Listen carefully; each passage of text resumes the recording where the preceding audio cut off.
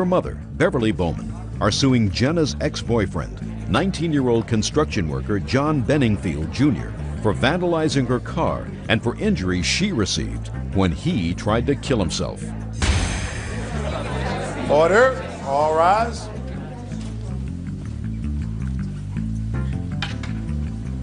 Yeah, this is case number 213 on the calendar, the matter of Bowman versus Benningfield. Thank you. Parties have been sworn in, Judge. You may be seated. Sir, have a seat, please. You're Miss Bowman? I'm Miss Bowman, her mother. Okay, but you weren't there? No, I was not there at the time. Thank you. Miss Bowman, the defendant is your former boyfriend. Right. Who's going to take his hands out of his pockets as we speak. Very good.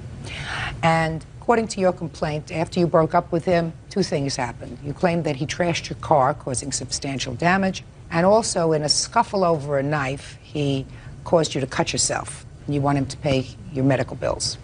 When did you break up with him, and where did this happen? At his home on June 27th. How long had you been going out with him? Since February. Did you tell him in person that you were breaking up with him? Yes, ma'am. At what time of the day or evening did you tell him? 7. You broke up with him on the 27th? Right. At about 7 o'clock in the evening? Right. And then I assume you left? Right. Was there any discussion at that time? No, his sister and I both left after I broke up with him. What did you say to him, and what did he say to you? We had gotten in an argument, and I was just like, it's over. I don't want to talk to you anymore. Let's just break up. Did he say anything? No, a normal breakup. I mean, don't remember. Not like... And then you left? Right. Did you subsequently come back to the house? Yeah, later on that evening. What time? Yes. It was probably around 3 o'clock in the morning. And who did you come back with? His sister. And what happened when you came back at 3 o'clock in the morning? We went to sleep, and nothing happened. We woke... Who went to sleep? Sarah and I. Where? In Sarah's room. Okay. So you went to sleep at 3 o'clock. What happened when you got up? We woke up. What time? Maybe around 11. We were going to the hospital to visit his mom in the hospital, Sarah's mom also. Then we went to the hospital, came back around 4:30, and when I got back, I looked at my car and I noticed that it had been really bad kicked. And where had you parked your car? In their driveway. Now, when you left at 11 o'clock in the morning to go to visit his mother in the hospital with your friend Sarah, right. Did you see your car? No, I had not paid any attention to it whatsoever. When was the last time you had actually looked at your car? And no damage had been done to it? Yeah. The day before, on the 27th. What time? 8. 8 at night? Right. When Sarah and I had left, there was nothing wrong with my car. Do you have a photograph of your car after the damage?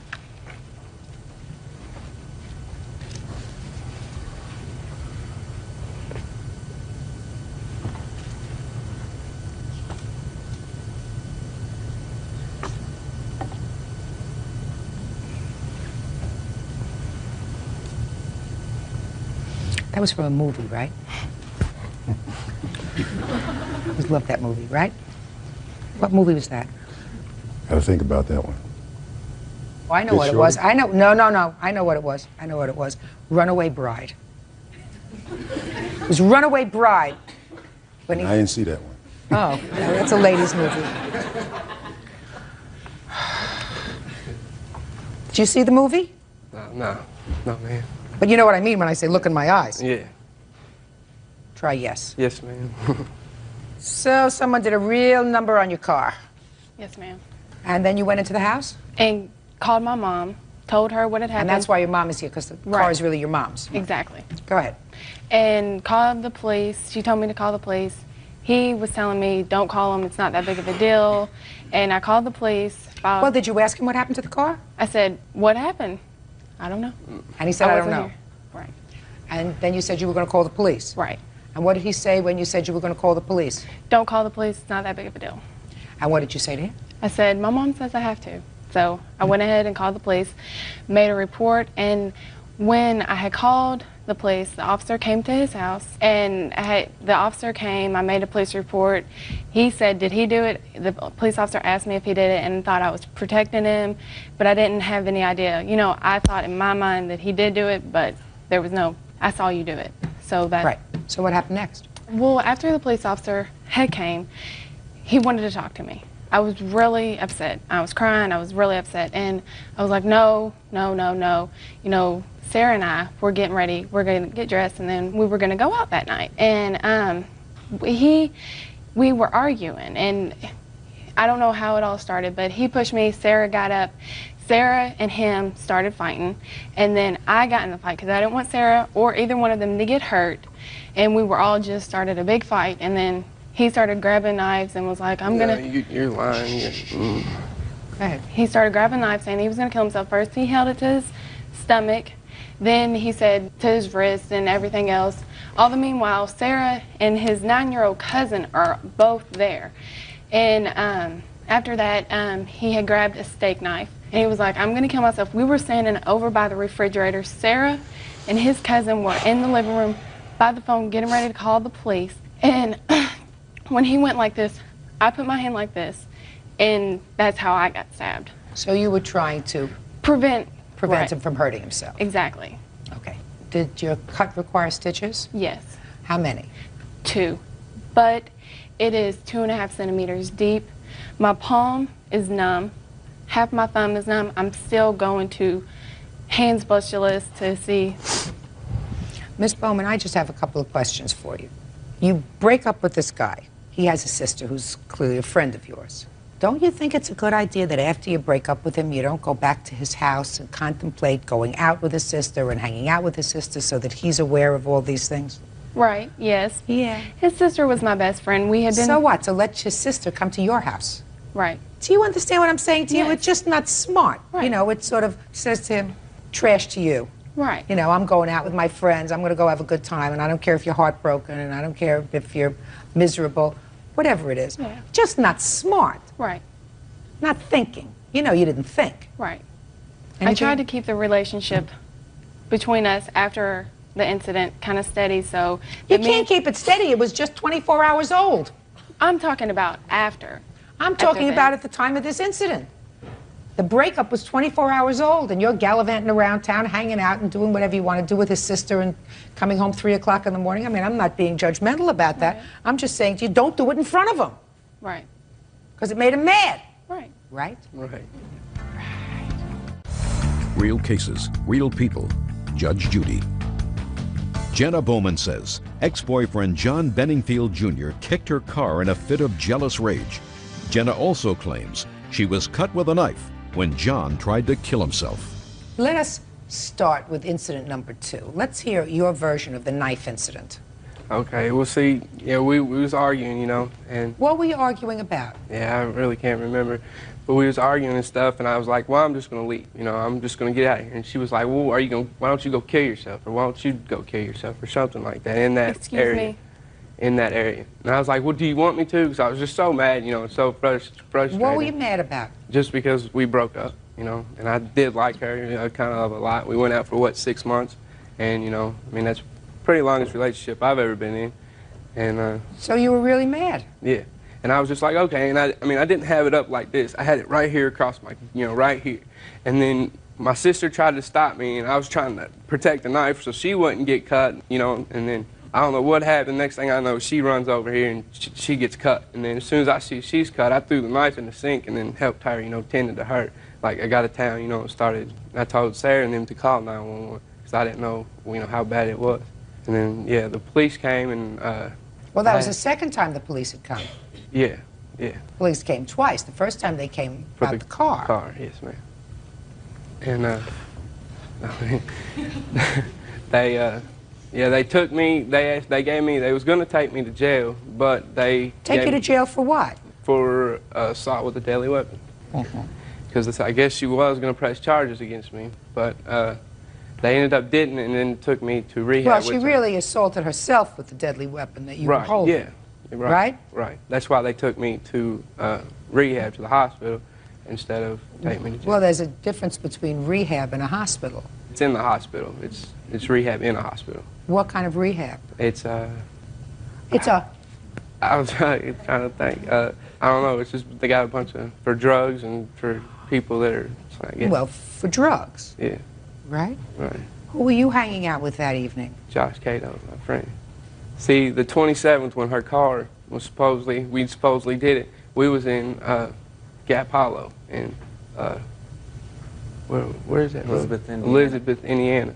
And we didn't leave there until like 4 o'clock in the morning. And when we left there, we went back to his house.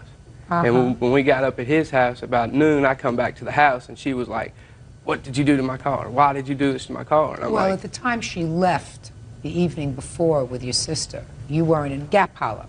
You weren't there. You were home because she said, "I'm leaving and I don't want to talk about it anymore." You were home. Right. When they left, we pulled out of the driveway because he parked his truck in our second driveway, and she was parked with my sister and my cousin, and they was going to the hospital. Who do you think kicked her car? I have no idea, because his truck said 2 weeks before when we moved into that house, somebody took a baseball bat and keyed his truck. Why would you tell her not to call the police? I don't remember saying not to call the police. Yeah, you did. Why would you say don't call the police? It's no big deal. I have no idea. Mr. Benningfield, you have no idea? Right. I have an idea. Let me see the estimates on the car and let me see the medical bills. These are the hospital bills. The estimate, too. And this is the estimate for my car.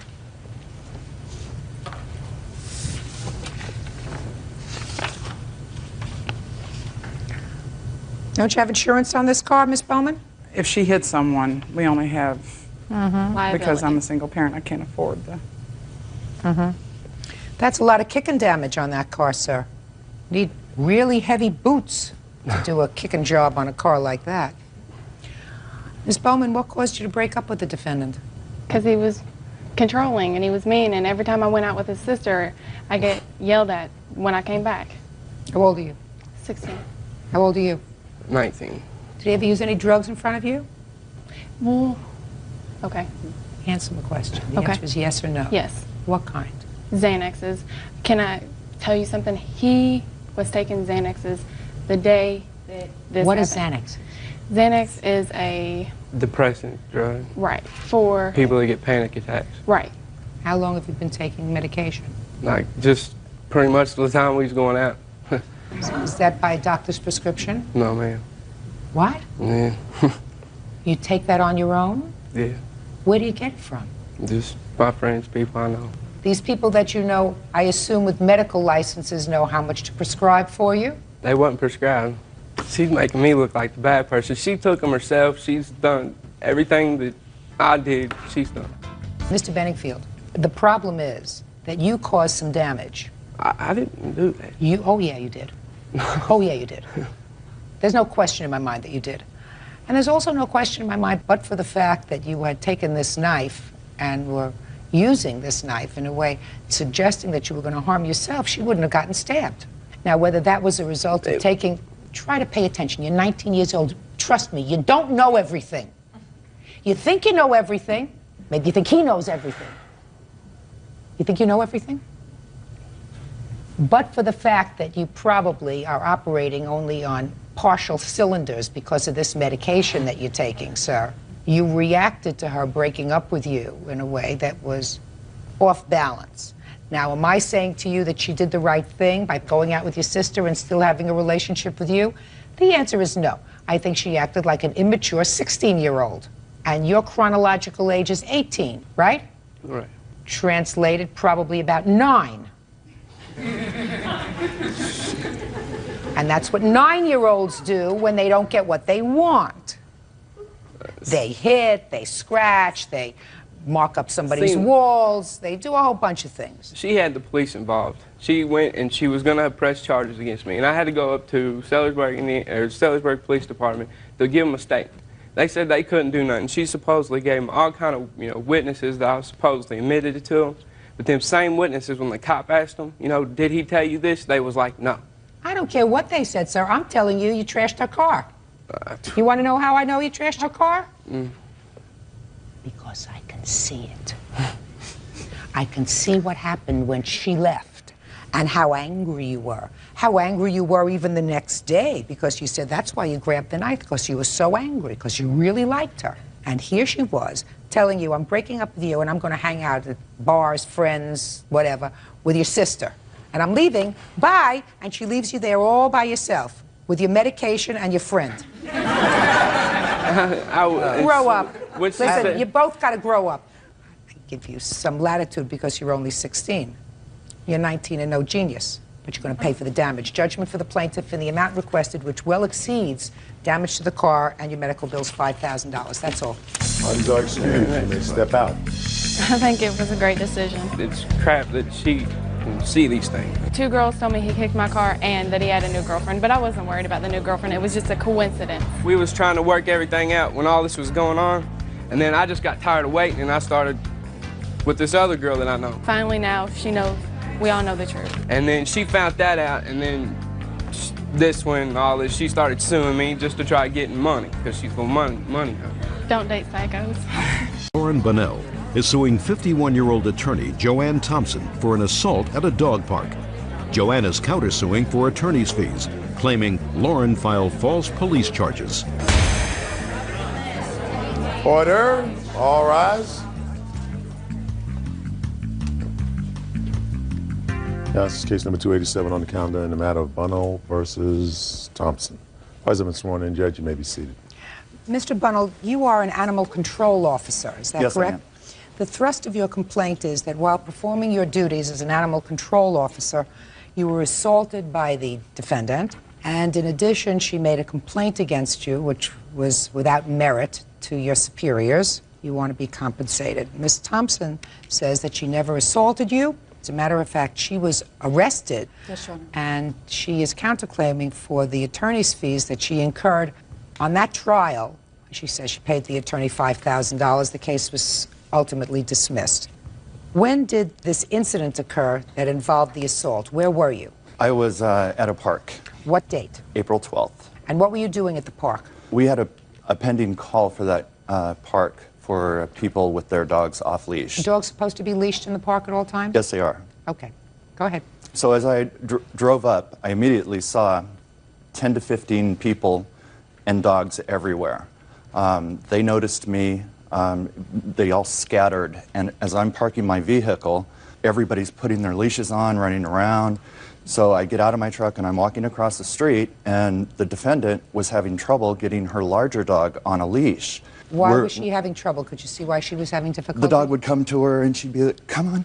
And then the dog would run away and back and forth. But by the time I entered the side gate of the park, she was leashed up and walking. I believe the defendant says that she had 2 dogs with her that day. She did. She was carrying a smaller one, and there was a larger dog that was on a leash. Okay. As I entered the park, I called out to the defendant, who ignored me. She kept on walking, and I walked a little faster following the defendant, and all the time I'm saying, lady in the blue shirt, please stop. I'm animal control officer. I need to issue a citation for a violation I witnessed.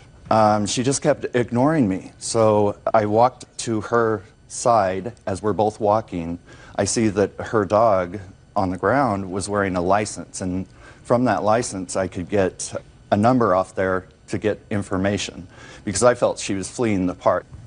So as I bent down, I'm still walking, trying to steady the tag on the dog, and that's when the defendant struck me, and I fell sideways, stumbling off to my side. Where did she strike you? She struck me on my right side. As I was bent over, I felt it here. So I'm imagining she used her whole body.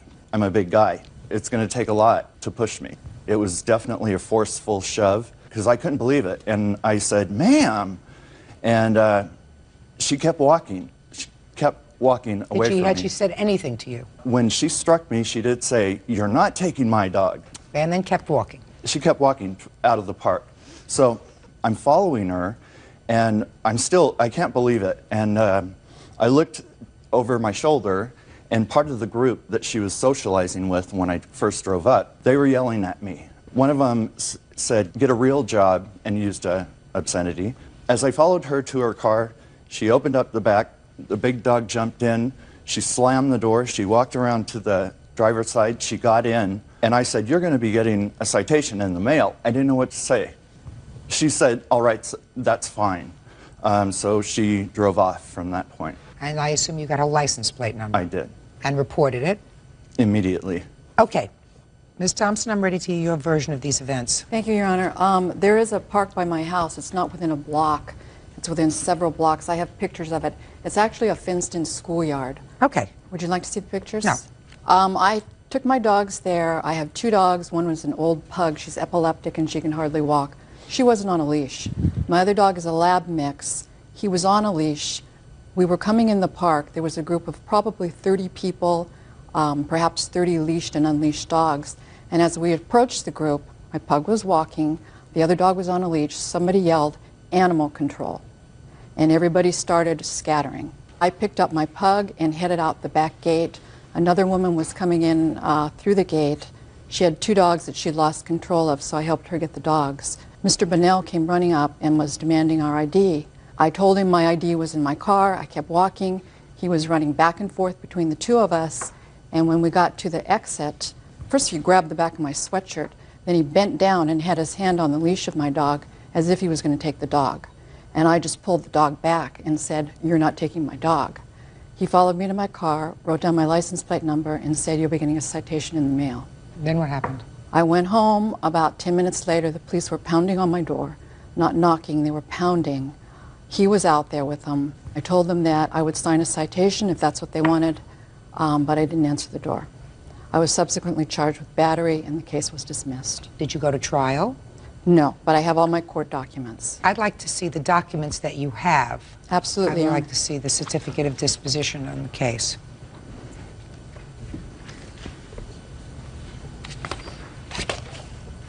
Are these all the documents on the case? Yes, Your Honor, there were approximately 6 hearings. You pled nolo contendere to this. No, I pled no contest to an infraction of dog off a leash. Whatever it is, you pled on this case. There were 2 counts. There were many court appearances in this Yes. case. You appeared for none of those except the last one. My attorney appeared on each and every one. Just Okay. answer my question.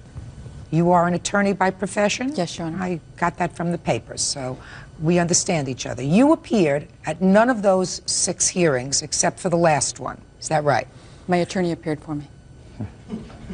Yes. You appeared for none of those proceedings. Yes, Your Honor. And on the last occasion, defendant waives notice in a reading of the complaint, withdraws previously entered plea, and pleads as follows.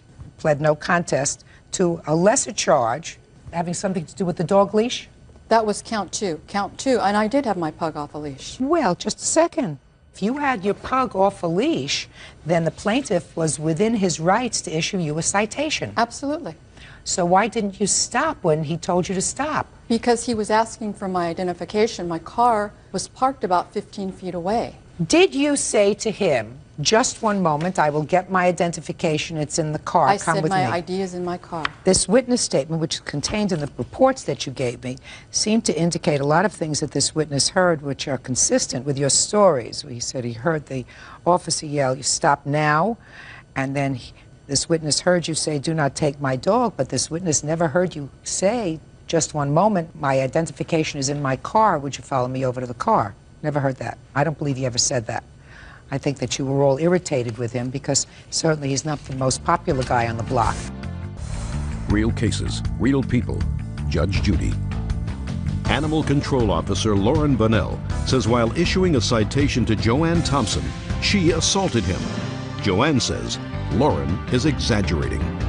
Mr. Bunnell, can you tell me what happened as a result of this complaint that the defendant filed against you? As a result of that complaint, I was brought into the office with our director and my supervisor. I had to state my case, and I can't say whether they believe me or not. It is a complaint that's in my file, and I have an excellent work record. And this I'm going to have to answer to for the rest of my career at Animal Control. Don't get so crazed. Listen to me. Don't get so crazed. Mm-hmm. So I wouldn't lose too many nights' sleep over that. You understand, sir? Okay. Okay. And I repeat, Ms. Thompson, your witness who claims to have seen it and heard everything did not indicate the 2 things that are most crucial to your case, which are that he forcibly put his hands on you by trying to have you stop by grabbing your sweatshirt, and 2, that you said to him, "My identification is in my car, let's go over to get it." So I suggest to you that you just decided to blow him off that day and were kind of irritated at the whole thing, and that probably a few people left in the park did get nasty and did say to him something like, get a life, you know, get a real job. Well, he happens to have a real job, and there are people who are walking in the park who may not be comfortable around a lot of unleashed dogs. And certainly you now acknowledge that one of your dogs was unleashed, although when you originally spoke to his superior, you told him that you were walking 2 leashed dogs in the park. I never said my other dog was on a leash. I didn't have a leash for her. She was epileptic. Well, what She could you hardly indicated, walk. Ms. Thompson, what you indicated in your answer even to this court was that you were holding your other dog who was epileptic. And I put it on the ground. Only now did you say that, but you didn't say that in any statement before that you gave, that the dog was in fact in violation of the park regulations and city ordinance that says all dogs must be on leashes. It doesn't say that all big dogs have to be on leashes, it says all dogs have to be on leashes. So the truth of the matter was that when he wanted to give you a citation for a dog being off the leash, he had a right to do that. He had an absolute right to give me a citation. Then why didn't you just stop, Ms. Thompson? That was in the detective's report. Then why didn't you? Then why didn't you Because, just stop? Your Honor, he was acting like a crazy person. He was running back and forth between the other woman and I told him my ID was in the car. We were almost to my car. Grabbing me wasn't what bothered me. His attempt to unleash my dog was what upset me. And well, that's what you thought he was doing. He says he was just trying to get the identification from the tag on the dog so that he could, in fact, follow up and file a citation. And if you just given him your identification, said, I'm going to give you my identification, I'll go and fight the citation another time, none of this would have happened. The truth of the matter is you were walking away. And when police came to your house, again, you refused to come out of the house. Not with your dogs or without. You refused to come out of your house. You said, put it in the mail. Well, it's also an indication that your intent was to be uncooperative. Now, you were not hurt, Mr. Brunel, is that correct? No, I was not hurt. You were not hurt at all? No, ma'am. All right. Officer Brunel, goes with the territory. Do you know what I mean? If you said to me, she pushed you down, you were hurt, you were injured, believe me, I would make an award in your favor. You are not wrong. That's your job. Your job is to give citations to people who walk their dogs without leashes, especially in a park that's, you know, open to everyone, not just dogs. It's not a dog-run area. So you were doing your job. But I don't think you have to be compensated for this kind of thing. I think it was all very unfortunate. Did you, in fact, pay an attorney, Ms. Thompson, $5,000 to represent you? I have the bills. It was an expensive mistake. That's all. Goodbye. Parties are excused. You may step out. Thank you, Your Honor. He just blew this thing way beyond proportion. She caused a 6-month-long ordeal for nothing. 4-year-old Derek Ward and his wife Terry Ward are suing Derek's daughter, 18-year-old student Tamika Ward, for an unpaid car loan, damages to the vehicle, and unpaid rent. Order. All rise.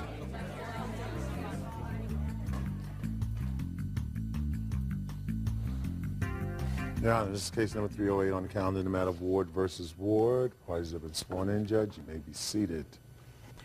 Mr. and Mrs. Ward, this is your daughter? Yes, it is. Your daughter is now 18. You turned 18 in July? Yes. According to your complaint, sometime before your daughter was 18, you bought a car. The car was supposed to be her car. Is that right? Yes. And you claim that she owes you money for the car, which was repossessed because she didn't make payments that she was supposed to. Exactly. Yes, That she owes you for rent because she lived in your home after she turned 18 for a few months without paying you any rent. Right. And that she had an accident in the car causing some damage to the car. Right. Yes. Let's start with the car. When was the car purchased? March of last year. And what was your arrangement with your daughter? I purchased a car for her so she can go back and forth to school and to work. So she was going to school. Going to school and going to work also. How did she do in school? Basically, okay, C average. Ever give you any trouble at home? I'm talking No. about trouble, drugs, No, alcohol, definitely not. No, definitely. arrests, nothing. No. Yes. Oh, yeah, it was one arrest. Shoplifting. From a department store? Targets, yes. Okay. And nothing came of that, but that was the only problem that you had with No, her. that was it. So basically she was a good kid. Yeah. Okay. So? January, February, March, the car was not being paid on. You know, she always showed responsibility. She go ahead and pay the rent of the car and everything and show me the receipts. You know, and then sometimes I wouldn't even bother because long as The car, nobody called me and said, well, the car hasn't been paid on or anything, which I had never got no paperwork of that. So I just assumed everything was fine. And then all of a sudden one morning I was going to work in my own car, and I went outside and the car was gone. So in the meantime, I had to go get a loan to get the car out of hock. No, Your Honor, that's not true. She had the loan before the car got repossessed. I'm still listening. Okay. So Anyway, we asked my daughter when she was at the house, did she pay December, January, February? It was in March when we got the loan. She told us the receipt was in the car. Okay. The receipt was not in the car. Took the car out of hock. She was with us, brought the car home. Then the day of her graduation, I was dressed to go to her graduation. And she decided to get flipped with me. what did she say? I asked her what was taking them so long getting dressed so we could go to her graduation. She told me, it ain't none of your business what I'm doing right now. You just be calm, and I know what I'm doing. I said, you're being late. I said, I asked y'all to do this 2 hours ago. Your Honor, that's not true. And Just a second. I said, you're staying in my house. I said, you're 17, you're almost graduating. I said, you're going to make your mistakes here before you make it out in the street, so I can explain to you what's going on. Tell me about the rent money that you want from your daughter. Okay, the first time she left was on her graduation day. She left out the house. In June? Yeah. She went by my sister's house and stayed. My sister kicked out, and I told her to come back home. That's when I told her, when she come back home, she got to pay for rent. Had she ever paid towards the rent before? No, she haven't. She never had to. She ain't never had to. I ain't never made her pay rent. But since she was being flipped with her mouth and doing things saying she was grown and she could do this, she could do that, I felt that she needed to pay rent. So that's the rent you're talking about. How many months did she live there? 1. 2.5. Did she ever pay you any rent? No. She never And paid tell me me. about the accident that she had. Somebody sideswiped her. Let me see the picture.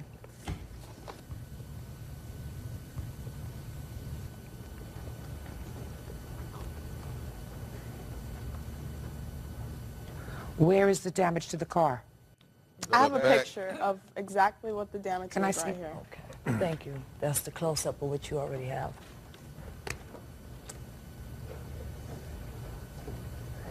Were you in the car when somebody hit you? I was in the car. I did not tell them they got sideswiped. What Okay. happened? I was coming home from work on the freeway. This lady jumped in front of me, trying to get into my lane. I had to swerve, and I hit the center divider of the freeway.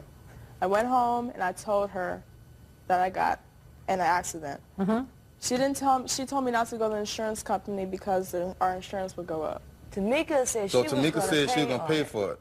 Yes, I did. But I And she wasn't. never paid for it. I She got wasn't- mad again and left out the house again. Okay, there we go. No. Did you agree to pay for the damage to the car? I agreed to pay for the damage to the car when I had the car in my possession. When they took the car from me, when he kicked me out my second time, I said I wasn't going to pay for it because I didn't have the car. Can I see the estimate for the damage, please? Judge Judy, the only reason that she doesn't have the car because as of her birthday, it was agreed with me, herself, and the bank that she would actually pay $25 to get that car in her name. She wants the car without putting it in her name. I told her I can't do that. It's going against the bank and myself. But yet she gives the car to my aunt. I did not And my give- aunt's driving the car. Listen Well, to me. somebody has to pay Listen it. to me. You cannot make a contract with anyone under the age of 18. So the fact that you purchased this car when she was 17 and she agreed to make the payments on the car is not binding upon her. Even a parent can make a contract with a child until they're 18 years old, until they reach their majority. With regard to rent, I never heard anybody say that your daughter agreed to pay you rent. You said if you're going to live in this house, you're going to pay rent.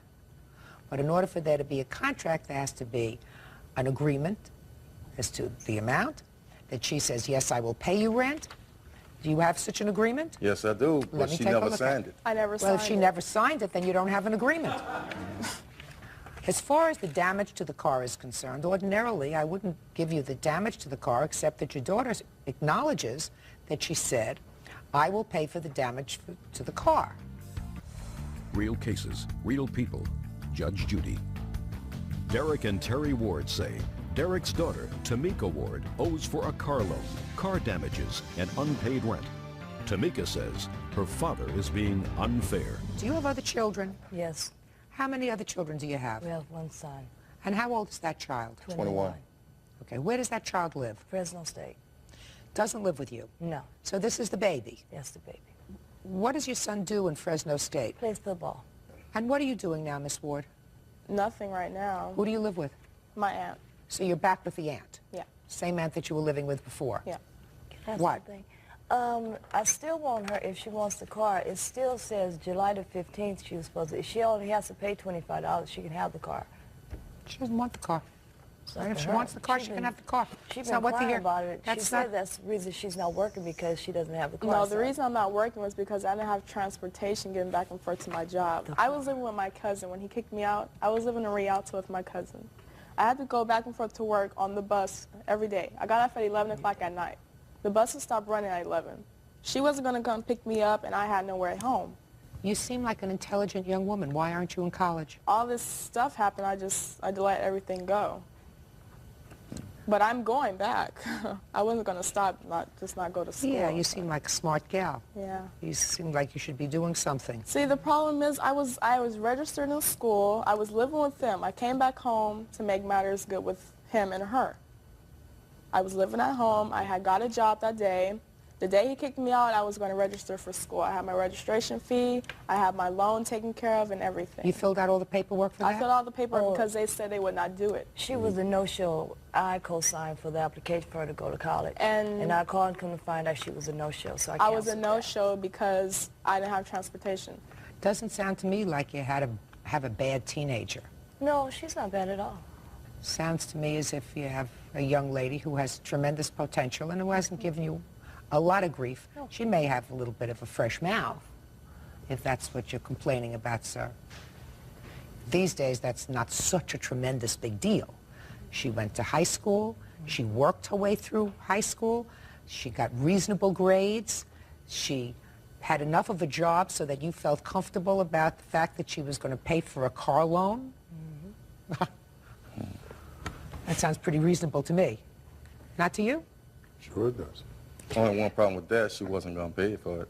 She wasn't going to pay for what? She wasn't paying for the car loan. I was paying for that car for a year and a half. But you did not pay the last car note, and lied and told me you did. I didn't pay the last car note. Don't fight with each other. Let us say she didn't pay the last 2 months. She paid in May, she paid June, July, August, September, October, November. You say she didn't pay December, January, and February. Is that right? The first time. She did not Whatever, she paid something. I never had a child live with me that paid for a car that I got them. Oh. Never. She told me Not when they were 17. Let me talk. Go ahead. Not when they were 18. Not when they're 30. What? So I don't know what you're complaining about your 17-year-old. You're being too hard on her. She looks like a very sweet girl. Well... Listen to me. Objectively. We're talking objectively. You tell me, stop playing with your papers, Mr. Ward. Lighten up a little bit. You say you have a 17-year-old daughter who graduated high school on time, and because of some misunderstanding the day of graduation, you didn't go, which was wrong thing for you to do. I mean, if you get angry, you take a deep breath, and you show up at graduation. You don't not go to your daughter's graduation from high school. Did you go? Yeah, I was. And who else? And who was there for you? My boyfriend's family was here. I wasn't The only there. reason why she went because she said she had to get a program to show her job. Because she took that day off. No. I'm sure that she went because, listen to me, I'm sure she went because she wanted to go. Your father's more of a, he comes from the old school. There's nothing wrong with the old school, Mr. Ward. It worked for a lot of people for a lot of generations. This is my house. As long as you live in my house, I own the air you breathe. You follow my rules. You act respectfully. That's all wonderful. Somehow, in today's times, that it's not always as perfect as that. And in the scheme of things, believe me, in the 25 years that I was in the family court system, I've seen a lot of kids. And there were a lot of parents out there who would give their eye teeth for a daughter who went to high school, acted responsibly, had a job after school, probably paid for her own clothes and paid for her own stuff, because that's what you work for when you spending money usually.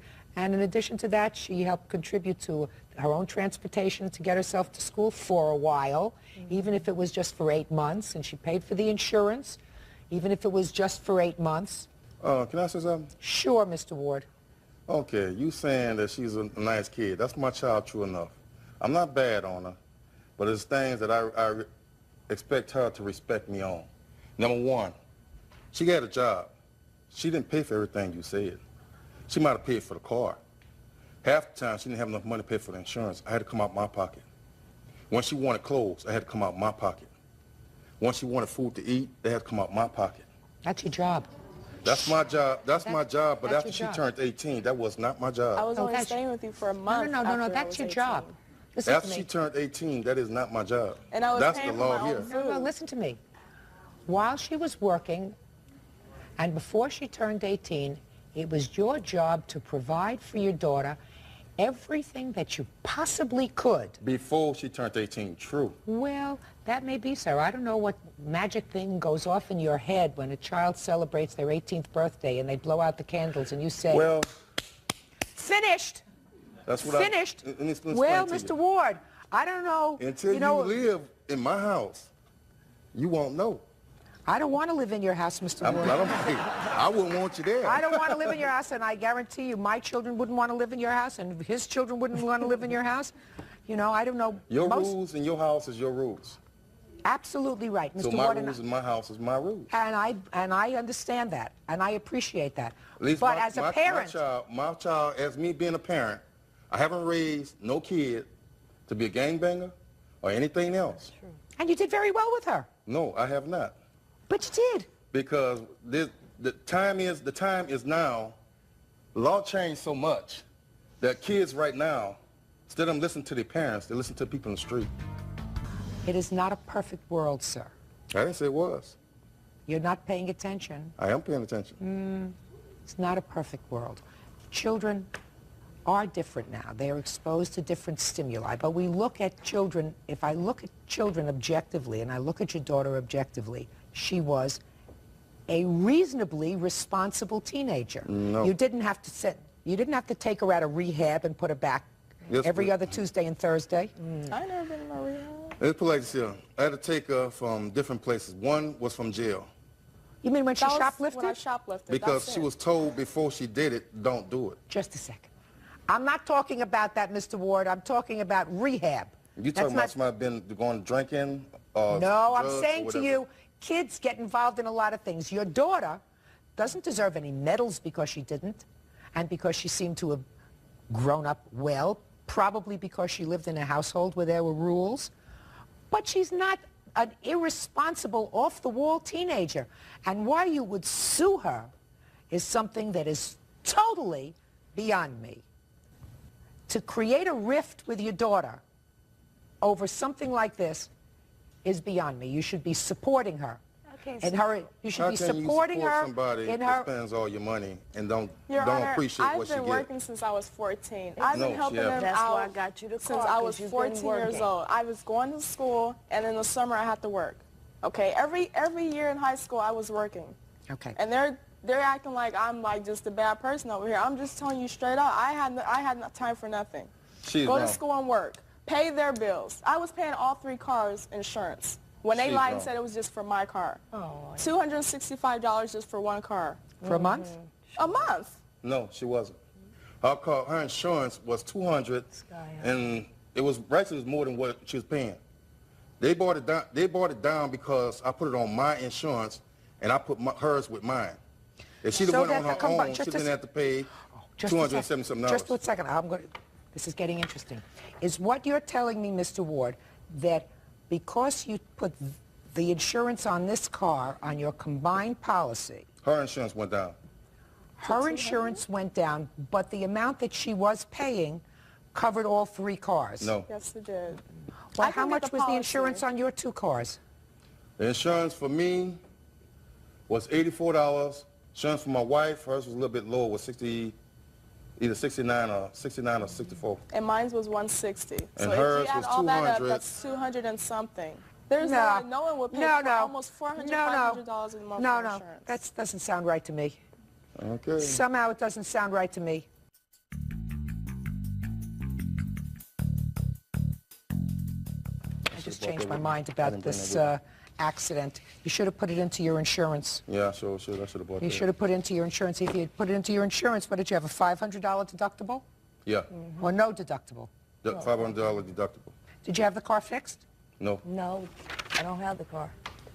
She gave it to my aunt. My aunt's son is driving it back and forth to school now. Is that right? Yeah, that's all right. Other than He giving gave it her- back Is to that the right? bank. Your aunt's son No, my sister-in-law have it because I cannot afford that. and another minor is driving the car? Well, I No, No, didn't he's not a approve of minor, he's a that. grown man. How old is But He's 20.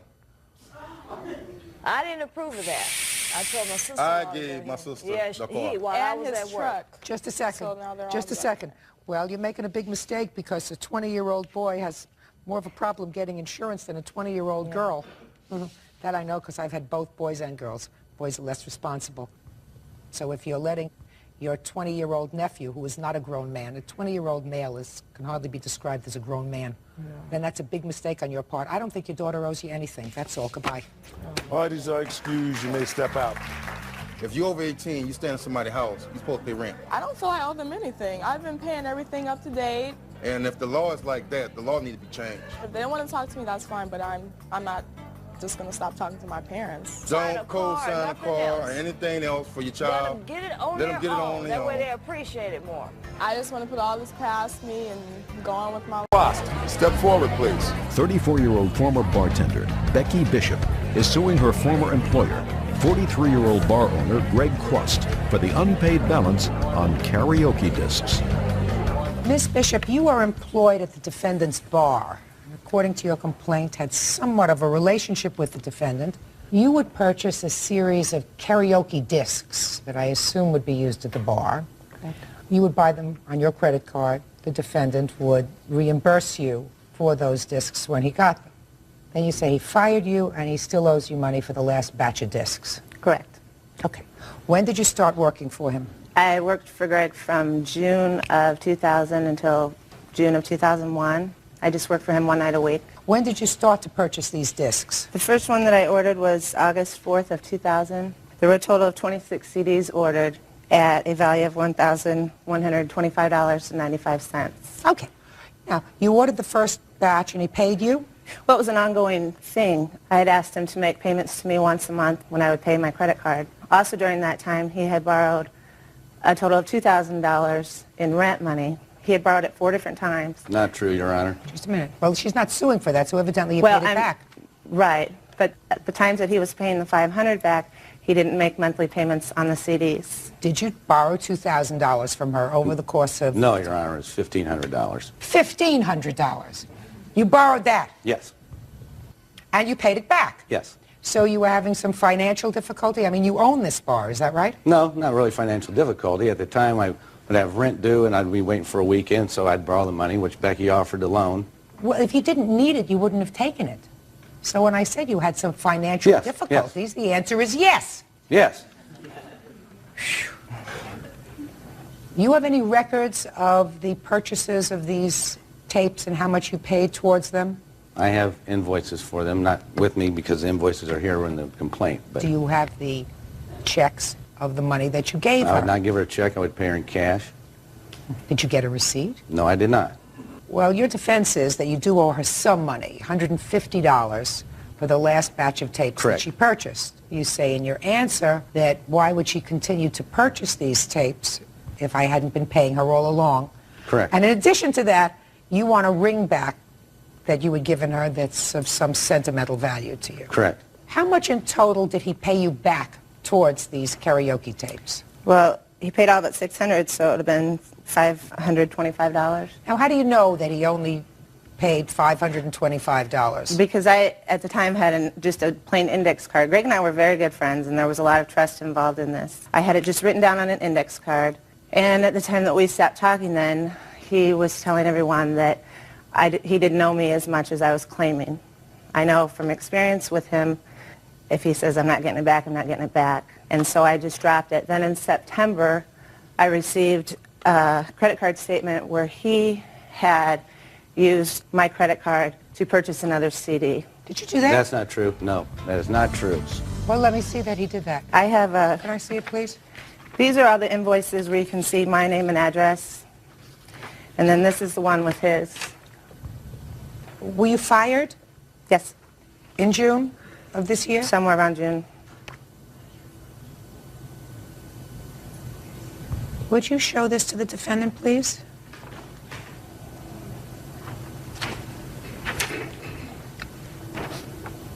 Yes, I have a copy of that, Your Honor. And what you're telling me is that you did not order that CD? No. I ordered that CD, but the situation behind it was she had ordered a CD that was a wrong number. I called this company that we ordered them from. They said the only way we can do this is we can send you the CD you want on her credit card, and when you send back the one that was wrong, we will recredit her credit card. That was the only way they would do that. Yeah, but you didn't get another credit on a credit card. No, I sent back the one that was sent. She should got a credit on her credit card. I got the credit on my credit card. Exactly. After I called and said, what is this? I haven't ordered from you since June. They said, no, Greg called and ordered it, and you can see how it's in his name and address now. If you knew that you still owed her money, which you acknowledge. That was part of the amount of money I owed her, that tape. No, that But you hadn't paid her the money. You ordered this in September. Correct. I know what's correct. Well, why hadn't you paid her the money that you owed her? Because I was waiting for my ring. I told her, give me my ring, and I'll pay you the money. Let's go to the ring. Tell me about the ring. You tell me about the ring. The ring was a ring of my father's. It has no probably value except for sentimental value for me. Okay. I gave her that ring in lieu of the payment. Explain it. No, tell me when that happened. This happened sometime in probably early September Of what year? of this year. Now, you fired her in June of 2001. Correct. Tell me the circumstances surrounding you giving her the ring in September, some 3 months later. When I fired her at that time on her piece of paper, which I'm sure she probably don't have today, I owed her $250. Yes? She followed me home from my bar one night after she was barred. She said she wanted some more money. I gave her another $100, but she really wanted to talk about a relationship with me, and she would not leave my house. So I gave her another $100. I seen her out in another place one night. She was telling everybody how much I owed her. So I said, here, you take this ring. You know it means a lot to me, and I'll pay you your $150. She didn't want the $150. She wanted $600. So that's why she would not give me back the ring. Tell me how you got the ring. Okay. I did run into Greg downtown. He came back to my home, and... That's not true. And he left this ring there. This is the first I've heard that this was in lieu of payment. I wouldn't accept a quarter for this ring, let alone $150, okay? He called me the next day, asked me if it was at my home. I said yes. That evening, a person who does not want he and I to even be friends found out he was at my home, and that's the last time we have really spoken to each other. What kind of metal is this? Would you take a look and see? I mean, I wouldn't even bite into it, I'd be afraid. My guess would be fool's gold. So, this is a perfect match. Give it to him. Okay. Yeah. Look, Miss Bishop. Yes. I believe that he owes you some money. I don't believe he owes you $600. Because you just said to me, I wouldn't accept the ring for $150. Isn't that what you just said to me? Well, that's what he said it was No. worth. You just said, I wouldn't accept the ring for $150. Isn't that what he said he owes me? That's what he says he owes you, but certainly that's not what you claim that he owes you, and you have no records of what he owes you. I understand. Did he ever give you a cash payment of $100 after he fired you? Yes, he did. He did. So that everything pretty much what he says is accurate. I'm not exactly sure about the ring. The ring certainly isn't worth 150 cents. In any event, I think that in all probability, somewhere in the middle of this $150 and $600 is pretty much what he owes you. Very, very hard for me to figure out what it is because neither of you keep receipts. You said you kept a card, an index card, of every payment that he paid you, but you don't have the card. Correct. Why not? Because I knew I was never going to get my money back. So what did you do with the card? I threw it away. And then you decided to sue him. When he used my credit card, correct. $38.45. Right. Right, so that was the straw that broke the camel's back. Yes, The it was. $600 didn't do it for you, but the $38 Well, I did. don't... Judgment for the plaintiff in the amount of $250, somewhere in the middle. You got your $100, that gives you $350. I don't think he owes you any more than that. That's all.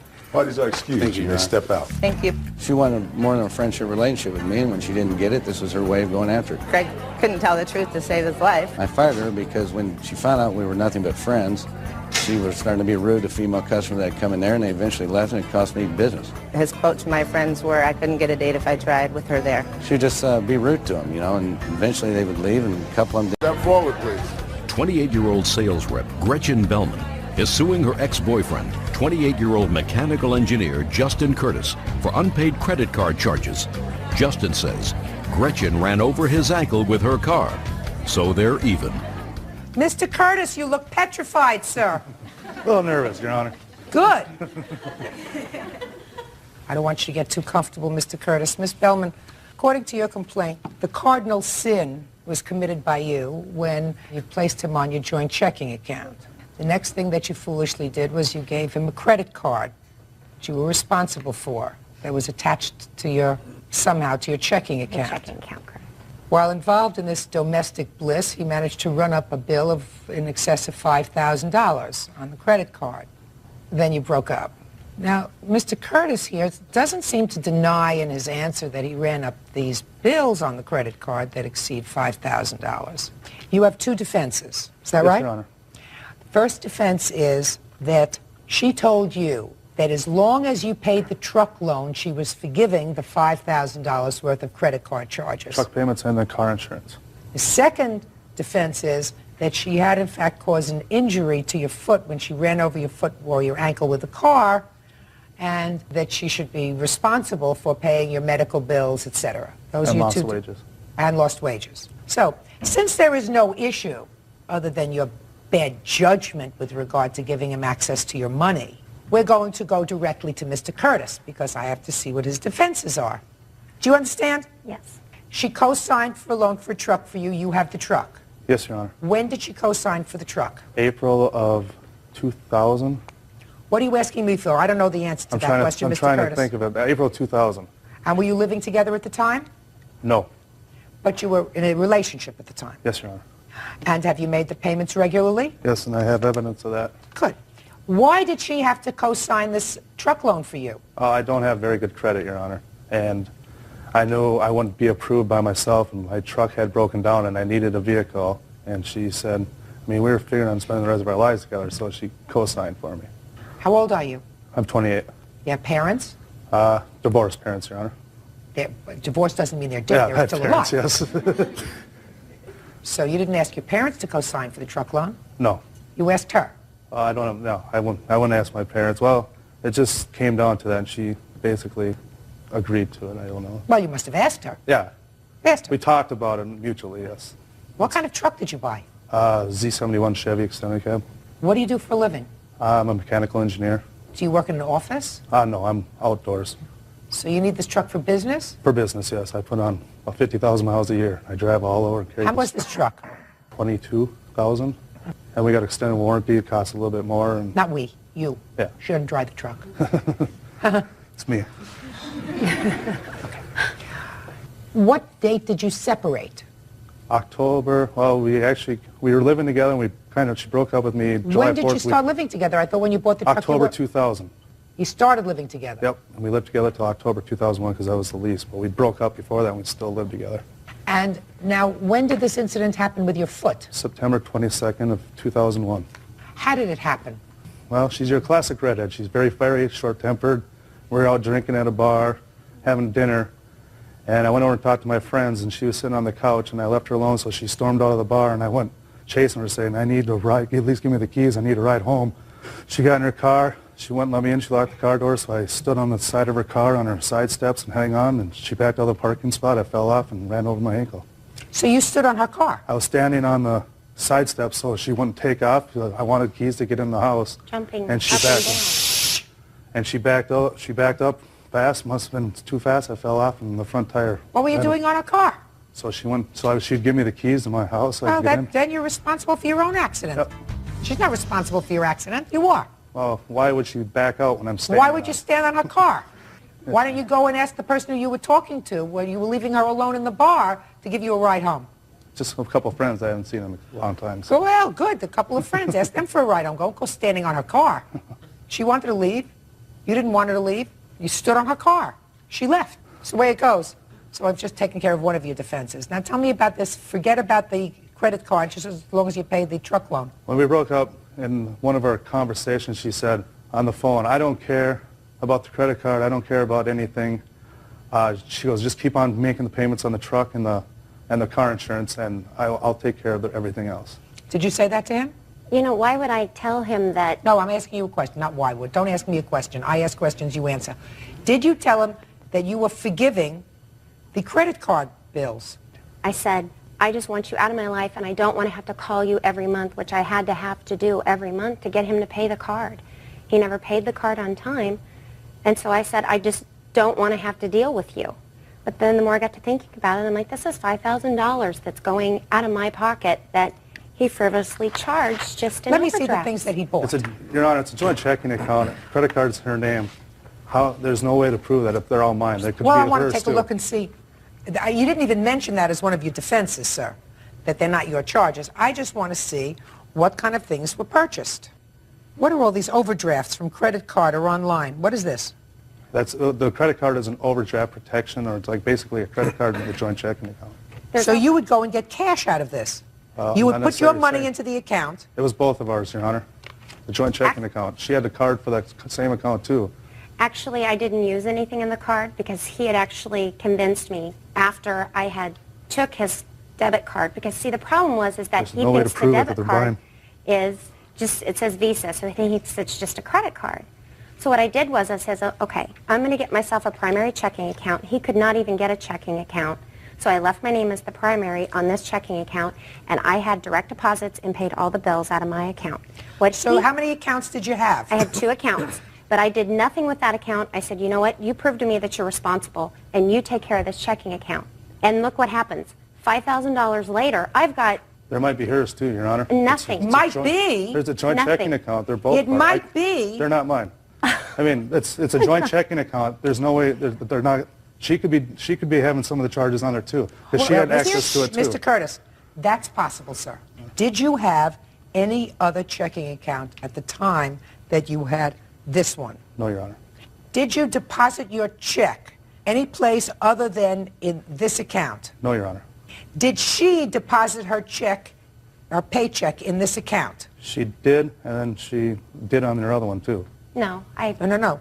Well, I'm going to let you look at these things, and you show me where she deposited her check in this account. Okay?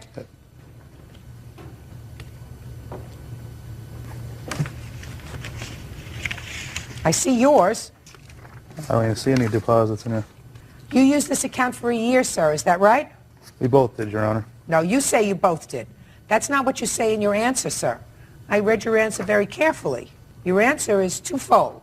Your answer says, A, she ran over your foot, and B, she forgave the money. Nowhere in your answer did you say that there's no way of establishing how much is her money and how much is mine. And why would she maintain a second checking account that would just be confusing? That would be illogical. Yes, Your Honor. So all I have to determine is, Mr. Curtis, is whether, in addition to being foolish and giving you an account in which she was also responsible, whether she also was foolish enough to say in actuality, I'm going to forgive this $5,000 as long as you make payments on the truck. I didn't care. I just wanted to be done. Didn't want to deal with her You anymore. wanted to be done, you pay And her all what of a sudden I get a deputy sheriff at my workplace handing me papers saying she's serving me in court. Well, then you should have paid what you owed her. You deposited your check, you drew money out, you drew out more money than you deposited, building up a balance of well over $5,000. There is no reason in the world, there is no consideration for her really excusing this debt because you are under an obligation to pay for the truck loan anyway. You still have the truck, don't you? Yes, the truck is in her name and my name. The checking account was in her name, and the credit card was in her name. I understand that, but she has 2 accounts, sir. One you used and one she used. Miss Bellman, how old are you? 28. I know. I've been through it. I know. How many times? 2 years. No, not only with him. Have you ever done it before? No, never. Will you ever do it again? Never. Judgment for the plaintiff in the amount of $5,000. That's all. Parties are excused. You may step out. She wanted to end the relationship. I just wanted to get rid of her, and then she takes me to court. He wasn't making even the minimum payments. I just wanted the card paid off, so I don't have to call him every month and remind him to make the payment. She told me I didn't have to make the payments, so I didn't. 10-year-old military serviceman Gerald Vasala for an unpaid loan to buy a car. Gerald says the money was a gift. Miss Kittle, the defendant was a boyfriend of yours.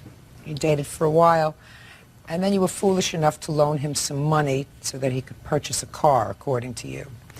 Mr. Vasala acknowledges the fact that you gave him money for the car. Only Mr. Vasala says there was no loan. This was a gift that you made to him. Is that your defense, sir? Yes, ma'am. When did he purchase this car? February 10th of 2001. Were you still dating at the time? Yes, we were. Tell me the circumstances surrounding you turning money over to him. We went to a used car sale. Look at me. We went to a used car sale at Qualcomm Stadium. He could only withdraw $350 at that time. According to him, his bank was located in Chicago. He couldn't go to the bank and withdraw the money. I told him I could go to my bank. I had Wells Fargo. I could withdraw the money and loan it to him, and he could pay me back the following day. How much did you take out of your account and give him that day? $1,800. So far, did she give you $1,800? Yes, ma'am. That's all we want to know. And you have proof of that with a bank withdrawal, I Yes. assume. Can I see it, please? What kind of a car did you purchase? 1987 Oldsmobile Color Supreme. And how much was the total purchase price? I think $21.50 was the total. So the next day comes, he didn't give you back the money. No. So I'll hear you. Well, she did give me the money to purchase a car. Like I said, she gave it to me. It wasn't a loan. I'm freezing up right now. Freezing? This is not a good time to freeze, sir. I know that.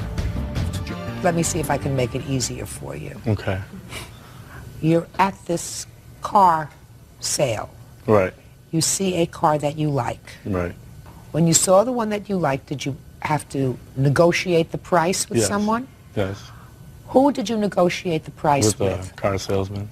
And what was the original purchase price? I think it was, I'm not sure, somewhere in the lower threes. I'm not sure exactly. And you dickered back and forth, and you finally came up with a price? Right. So now he says to you, okay. What's your first name? Gerald. Do they call you Oh, Gerald? Jerry. Okay, Jerry. You got a deal. $21.50. You got me down. You're a great negotiator, Jerry. $21.50. Where's your money? At the bank. At the bank. Right. Okay. So is that what you told the salesman? Yeah, we got in And the then you car. went to the bank Yes. with the plaintiff. Right. And what happened when you got to the bank? I tried taking the money out of the ATM. I wasn't aware there was a limit, so I was only take out $3 or $3.50. Okay, so you get to the bank and you're really surprised, Jerry, that you Right. could only take out $3.50 because you had enough money to cover it, right? Right. Because you wouldn't have bought this car if you'd had, at that moment, if you didn't have enough Correct. money to cover it, Yes. right? So, gee, all I can take out is $3.50. What's your first name? Kristen. Kristen. All I can take out is $3.50. I love this car. So Kristen says, don't worry, I can give you the money. Right? Right. Because I have Wells Fargo. Jerry! Are you getting my point? Yes, I get your point. So Kristen, your girlfriend, says, don't worry, I can take out the other $1,800 and you'll give it back to me. Excuse me? You don't want to say anything, do you? No, I haven't. So she takes out the $1,800 and she gives it to you. Yes. When for the first time did Miss Kittle ask you for this money back? After we had broken up. And how much later was that? A few months. I'm not sure exactly how long. Really? Right. No. When did you ask him for the money back? I asked him for the money back when we were together.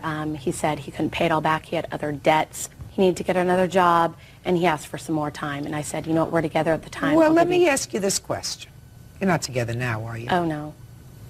He said to you he didn't have all the money right then and there. However, old Jerry told you he wanted to go to the bank. Put your papers down, Jerry. Okay. He said, let's go to the bank so I can get out the money. So the next day or a couple of days later, when he said to you, well, I don't have all the money, common sense would suggest you say to him, Jerry, you had the money in the bank when you bought the car because you just said you couldn't get all the money out because they would only give you $350. So you had the money in the bank. Why won't you give it to me? Well, Wouldn't that be part of your conversation with him? Well, actually, can I tell you what happened was that... Yeah, I want you to actually tell me what happened. Okay, actually, afterwards, he allegedly said that he got $1,000 stolen from him. He was staying at the military hospital at the time, and he was going home to Chicago. He owed his mom $500. He had other debts to pay, and he didn't have the money to pay me back at the time. So he asked you if you would wait. Yes. And you said?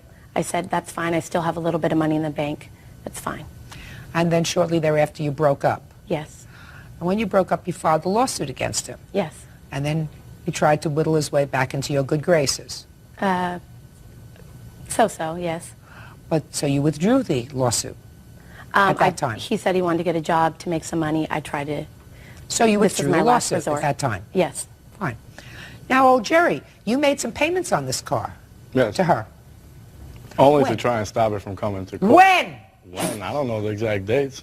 She probably has them. Well, before or after you broke up with her the second time? Before.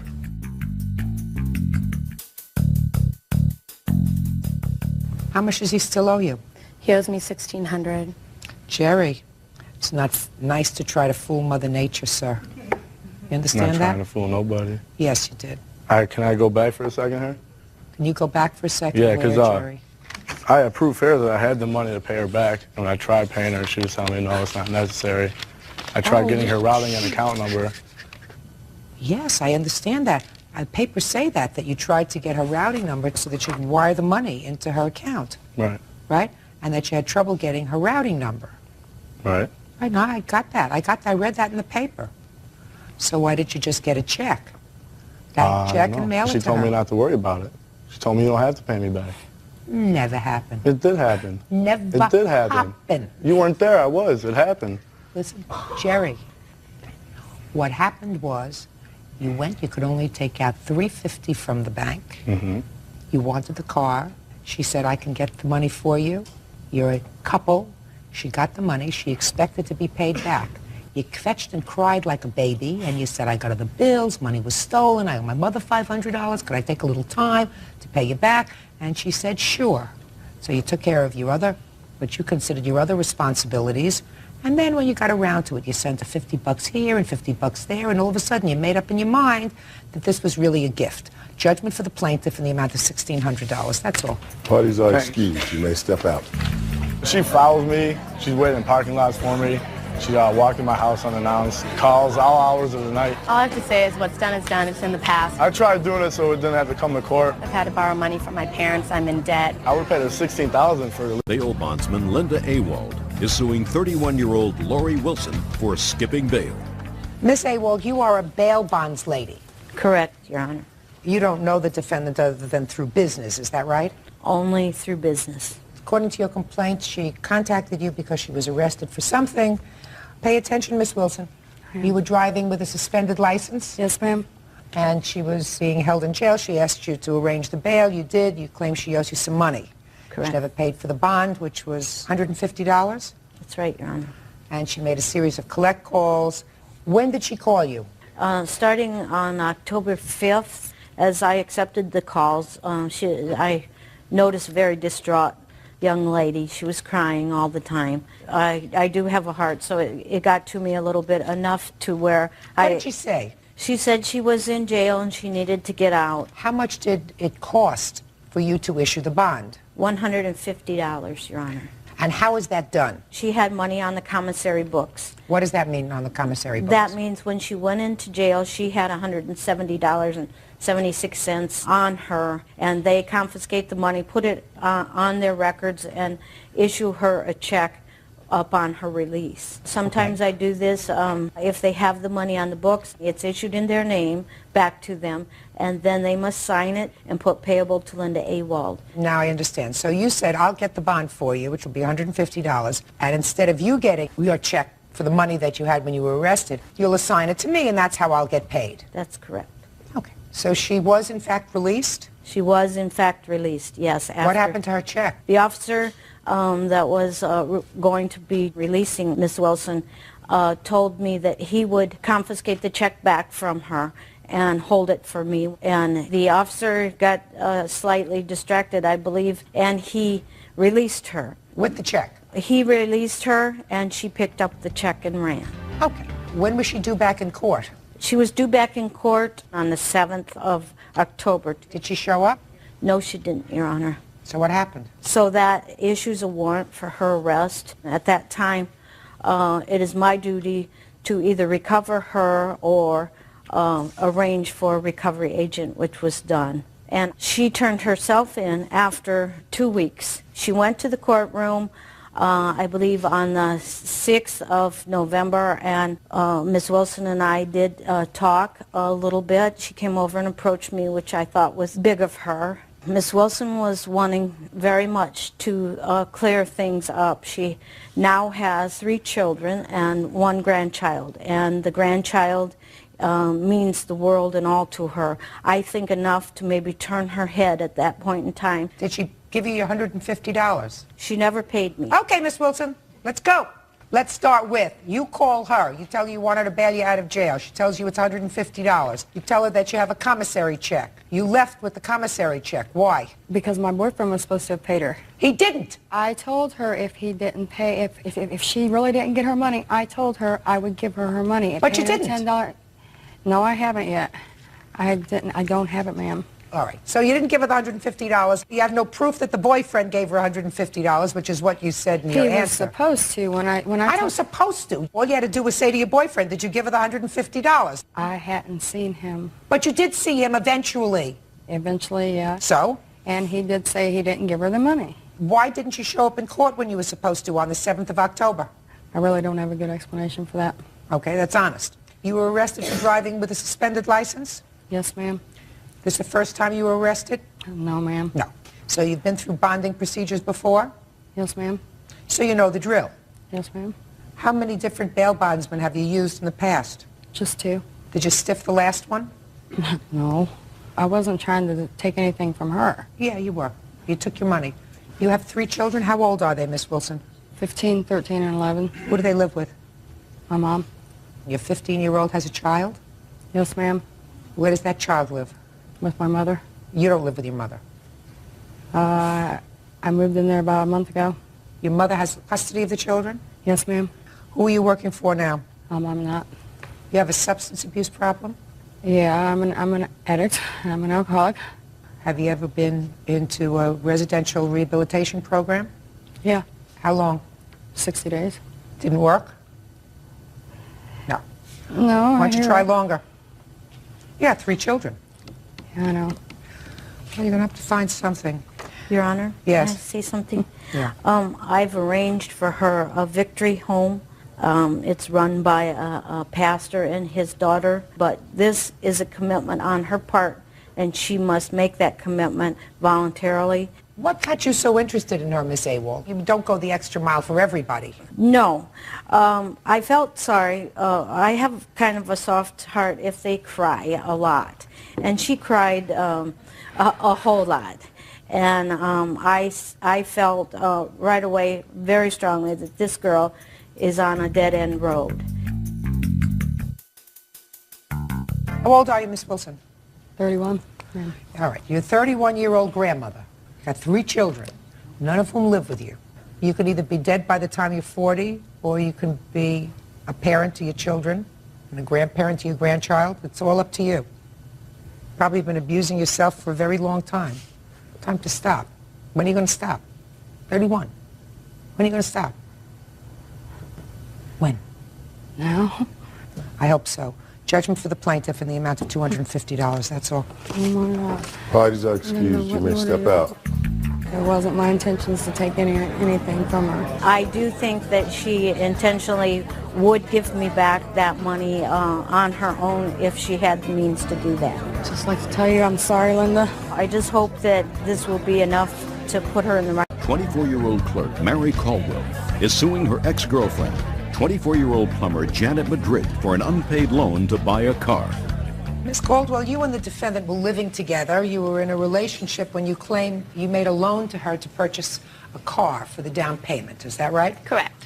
And according to you, the car down payment was $2,500. She made one payment of $200 to you and has failed to pay the rest. You want your money back? Yes, correct. The defendant says there was never a loan. When was the car purchased? July of 2000. How long had you been living together prior to that? Over a year. Now, as part of the defendant's response to your complaint, she says that a year before that, you had wanted to purchase a car, and she sold a couple of motorcycles that she had. Is that right? Yes. And gave you the money to put down on a car that you wanted to buy. Is that true? Yes. How much did she give you? I don't have an amount for you. I'm sorry. Did you ever pay her back? No. You are living together at this time in a relationship as a family. Is that right? Correct, at the time.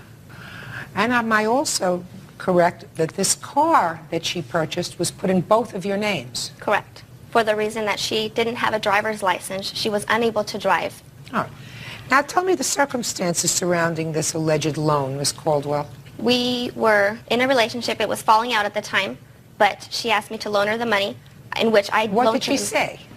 She said, I want to get a car, and I told her, okay, that's fine. I had the money on me. I said, well, it needs to be a loan. Do you understand that? And she said, yes. At that time, we went shopping around for a car. She chose the vehicle that she wanted. I made the down payment on it. She told me that she was going to pay me back. It was a verbal agreement between the both of us. That sounds all pretty pat. All right, Miss Madrid, let me hear your version of it. I never told her that I want to borrow the money. I want you to tell me step by step. Don't tell me what you never told her. We both said that we need a car. Why? You already had a car. No, because the car that she bought before this car had got repoed because she couldn't make the car payment on it. Oh, you didn't tell me that. You didn't tell me that. Sorry. When had it gotten repossessed? Maybe about 2 to 3 months before we bought this other car. And I was paying the last couple payments on that car because she couldn't pay for it. She lost her job. And so I said, I want to go get a car. And she's like, okay, yeah, we do need a car. And she had just got a settlement from an accident. And she's like, well, I have the down payment for the car. And I was like, okay, fine. I thought it was just like me giving her the down payment for her car. I thought it was an even swap. Well, even swap. You said you gave her $800. This is $2,500. Yeah, well, our whole relationship, you know, she never paid bills. I paid all the bills. She never paid rent, nothing. I supported her. Your She Honor. didn't have a job. She didn't have a job. Anytime she needed money, okay, here, Mary, here's some money. So? So I took the loan out on the car to finance the rest of the car, and I've been paying on it ever since. You did? Mm-hmm. Mm-hmm. In February of 2001, you gave her $200. What was that for? It was probably for insurance or something. Your Honor, that is not true. Because insurance was in her name. Yes, the insurance was under my name because she didn't have a license. How was the insurance going to be under her name if she didn't have a license? I asked you a question. Yes. Do you work? Yes, I do. What kind of work do you do? I do clerical. Where? For whom? For a hospital. Which hospital? It's actually called Medical Group. How long have you been working there? About 5 months. Prior to that, where were you working? Prior to that, I was working at a temporary agency. So you weren't working regularly prior to that? Correct. Okay. Tell me about this alleged $200 payment. When she was kicking me out of the house, she told me that she wanted all my stuff out of the house. I said, okay, that's fine. I'm moving all my stuff out of the house. She What told day me was that? Maybe February, in the middle of February.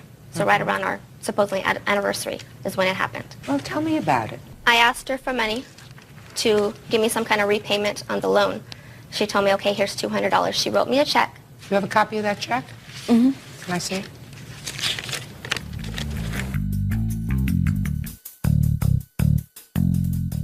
Looks like she gave you money pretty regularly. What'd she give you money for pretty regularly? Mainly to pay the bills. No, she's got things here for the gas company. Pacific Bell? Here's one for $100 to you. On the bottom it says Janet's stuff. What does that mean? I don't know. Mary Caldwell, that's you, another $100. Mary Caldwell, $160. What kind of work do you do? I'm a plumber.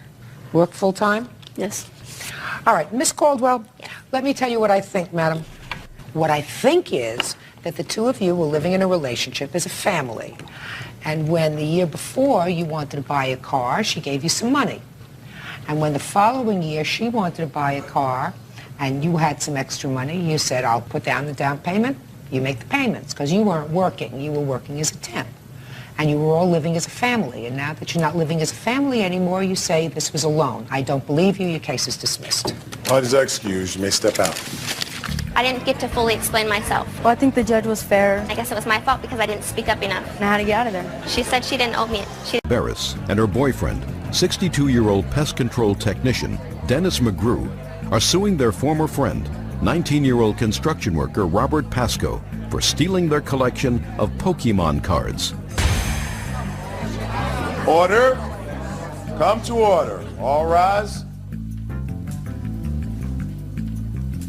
Yeah, this is case number 114 on the calendar in the matter of Barbaros McGrew versus Pasco. Parties have been sworn in, Judge. You may be seated. Folks, have seats. Ms. Barbaros, according to the complaint that I've read, you and your family have known the defendant from the time he was a little boy. And he grew up, he was in need of a job, and you gave him a job as a security person in your business. So far correct? Yes, ma'am. While he was acting in his capacity as a security guard, it is your claim that he stole a very valuable collection of Pokemon cards that you had kept in a safe or some sort of safe place in your place of business, and it is your belief that the defendant stole them. So far correct? So far, so good. The defendant says he did not do it. So tell me when he came to work for you. Last summer, Robert came to me and said that his mother had thrown him out and he needed a place to live and a job. And I've done that before with Robert. I've given him jobs before. So I gave him my key to my building and I said, okay, you can sleep. What kind of building is it? Pest control. I own a pest control company. That's incorrect. Shh. Sorry. We'll get there. Go ahead. I said, you can stay here at night and you can work during the daytime. We'll give you odd jobs with the handyman or going with the men, etc. Okay. And he did that, erratic at best. I called his mother and let her know that he was there. And he became irresponsible. We took the key back. When did you take it back? 2 to 3 weeks after he first came. Go ahead. Several of Robert's friends, I don't remember now if it was 4 or 5 of them, came in one day and they said that we're returning your property. Robert stole your cell phone, a gold watch, and Pokemon collections. He sold the cell phone to us, and he's selling the Pokemon cards in Creekside, which is, Creekside is an apartment building in the back neighborhood. All right, now you can't tell me what these people said to you, but you can tell me what they did. They came into your place of business with property. Yes, ma'am. Now, when had that property been stolen? Probably the day before or 2 days before. The same day we took the key back. Where was the Pokemon collection kept? In glass cabinets and in the office. When did you notice it missing? Immediately? No, I didn't notice them missing until they came in and told us that he was returning the cell phone and that he had Pokemon collections, the books. Okay. Did you go over to Creekside? Mr. McGrew did. What happened when you got there, Mr. McGrew? Tried to confront Robert. He ran. Where did you confront him? In Creekside Apartments. Was he in an apartment or was he outside? No, he was outside. Did he have anything with him? No. Nothing? Nothing. What did you say to him when you approached him? I asked him for my Pokemon cards. They were your cards? Her and I had purchased them together for the 2 kids here and 2 godchildren. So you went over to Creekside to try to confront Robert, who saw you, you say he ran. Yes. But he had nothing with him. No. Did you ever get back any of the property? Some of the Pokemon cards got back through school, through his little brother. He was passing them out. Whose little brother? Robert's. He was passing them out. Robert had given him the cards. You don't know that? You didn't see that. Is that right? That's right. Okay. Did you see that? I have them. You have the cards that were given back to you that were in the possession of his younger brother. Yes. How old is your younger brother? 8 years old. Your younger brother didn't have a key to the premises, did he? No, Your Honor. Your Honor, they were cards. I'm not speaking to you.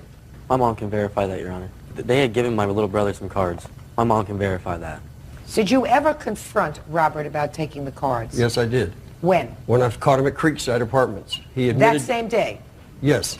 And he admitted to me at that time that he took them and that there was no way I could prove it. What did he say? He said, I took your Pokemon cards and there's no way you can ever prove it.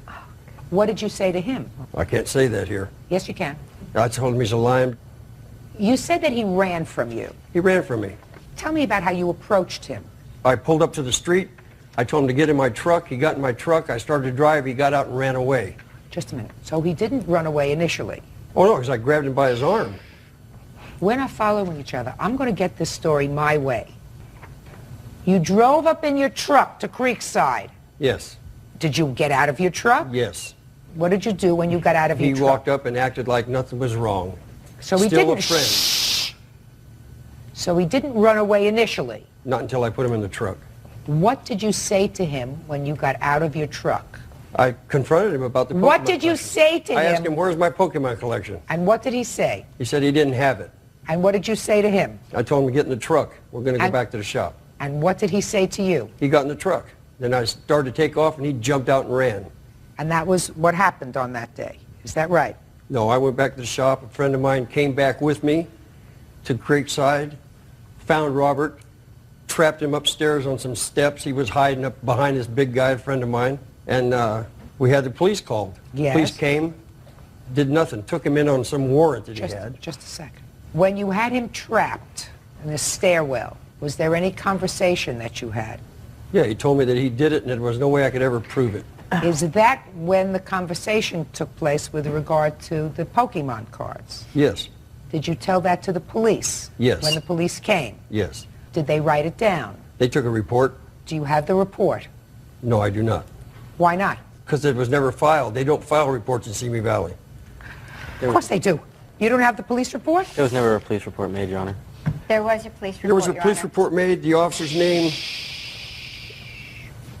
Why didn't you get a copy of the police report? They never filed a police report. They have a number 0018796 of That's some a report. That's a report. Listen! Yes. Police respond, they have to file a report whenever they respond to a location. Do you understand that? Not in Simi Valley. Simi Valley is still part of this world. Not It's really. still part of the Not United really. States. Not really. There's no crime. We don't have crime in Simi. Everything's civil. Your Honor, if I may say, Sure. he did I'm not actually... ready for you yet. I'm not ready for you yet. I'm I not so am. sure you didn't do this. Yes, Your Honor. Do you understand what I'm saying to you? Yes, I do, Your Honor. You understand clearly what I'm saying to you. I understand. I have very, very good intuition.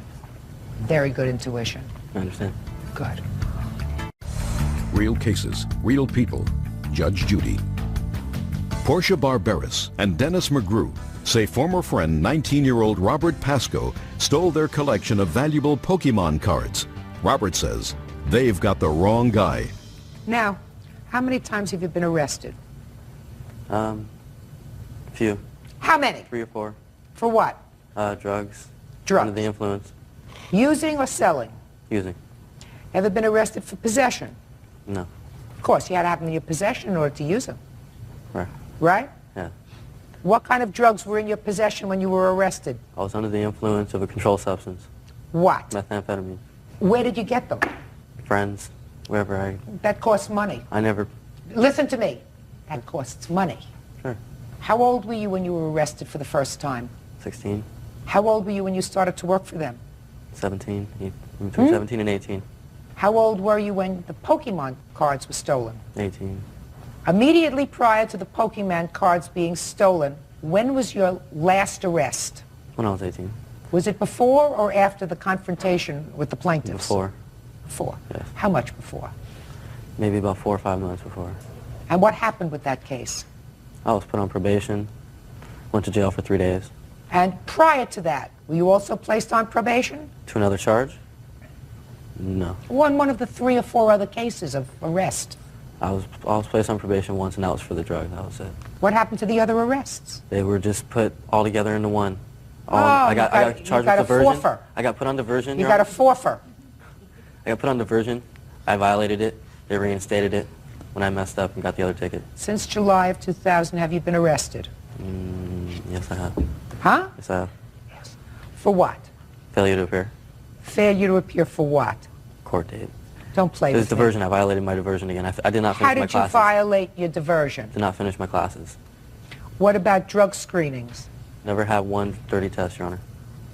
So why were you violated? For not going to my diversion classes. They're drug Why meetings. didn't you go to your diversion classes? No real excuse. I just didn't have the money at the time to get out there. It was in a different valley. Well, what are you doing now? Right now, I'm working. For whom? My mom's friend is a construction worker doing concrete. How long have you been working for them? Just for about a week and a half. And before that, what were you doing? I've had many jobs. I mean, You can't hold I on worked to at a a job fast if food you're place. doing meth. You know That was before that, Your Honor. I've been clean for quite a few months now. How many is quite a few months? 4.5 months. Were these people nice to you? In the beginning, yes, Your Honor. They were. They opened their arms and they did let me stay in there and they did offer me a job. And that was at a time when things weren't going so well at home. You were using drugs off and on. You were arrested a lot. Correct. Did you need money back in the summer of last year? No. I just needed food in my stomach and a place to sleep. Well, you were using some drugs last Not at the time when I was homeless. When I got kicked out, I just stopped using drugs. I couldn't afford it, Your Honor. Well, I was worried you could about... afford it if you sold Pokemon cards. Never stole those Pokemon cards, Your Honor. You liar. For one, Your Honor, I was Don't never given a key to stay there. They would never give me that key, Your Honor. Robert. Robert. They never gave me a key there. Just a Robert. second. No, you guys never gave me a Shame key. on you. Just You a second. had my key. Just a second. Did you Shame on physically? you. Did you physically give him the key? Yes, I did. Tell me when. When he first came there and said he didn't have any place to stay, I called his mother. She said, okay, I know where he's at. And I gave him my key. She never gave me her key, Your Honor. Yes, she did. No, she did not, Your Honor. Of course she did. She didn't trust me enough to give me her key. Okay, one of my friends had stolen that cell phone. When my friend came in there and stole that cell phone, Your Honor, he nobody had got- trusts him enough. Listen, now leave. Leave. Leave. So the cell phone had been stolen by one of my friends, and I took responsibility for that and told him to go turn it back in because it was my job that was getting... Just a second. Now we're getting somewhere, Robert. How did you know one of your friends stole the cell phone? He told me. The cell phone was in the office. Correct. How did your friend get into the office? Doors open all the time. They're open 24/7. I was not with him, Your Honor. He had showed me the cell phone. He said, look, I took this from Dennis. I said, well, you got to return it because you're going to get me in trouble. They're going to think I stole it. You got to go return it. What's his name? Kevin. Where does he live? Didn't see me. And so you're telling me that this Kevin is the one who stole the cell phone, Correct. and because you told him to go return it, he went in and returned the cell phone. Yeah, it was my roof over my head and the food in my stomach. I wasn't ready to risk it. He was a friend, but not obviously a good one, stealing from my work. Did you come into some money recently? Not recently, but it's... When? It's supposed to come in, Your Honor. How much money? A couple million. Couple of million. Correct. For a wrongful death from my father. Mm-hmm. When was the last time you lived with your father? I never lived with my father. I would assume that that's one of the reasons why you've pursued this. I didn't know about 2 days after my mom had called her and told her about my father dying, she decided to file a lawsuit because she knew I was getting some money. I had seen Dennis in the pawn shop. He confronted me. He said, you know, started saying all these words to me, bad words. I hope you die exactly how your father died. If not, I would do it myself, but I want my money. It's exactly what he said. Your Honor, did the boys get to speak? About what? About getting the cards back from Austin and the time that I saw Patty in the parking lot and I reached into her front seat and picked up a $500 card that belonged to this collection. Really? Yes. Oh, that's well, I'd like to know when that happened. Patty is his mother? Yes. Okay, let me hear. She pulled up to the parking lot when I was picking the kids up from school, and I went over to her and I says, it's probably not a good idea, because I had gone to the principal about 3 weeks after this whole thing happened, and I says, it's not a good idea for Austin to be bringing these Pokemon cards to school and are giving them to friends. These are some valuable cards. And I opened the door and I was talking to her and I reached on the seat and I picked up a Blastoid, first edition Blastoid, Japanese. And I says, there's one of them right there.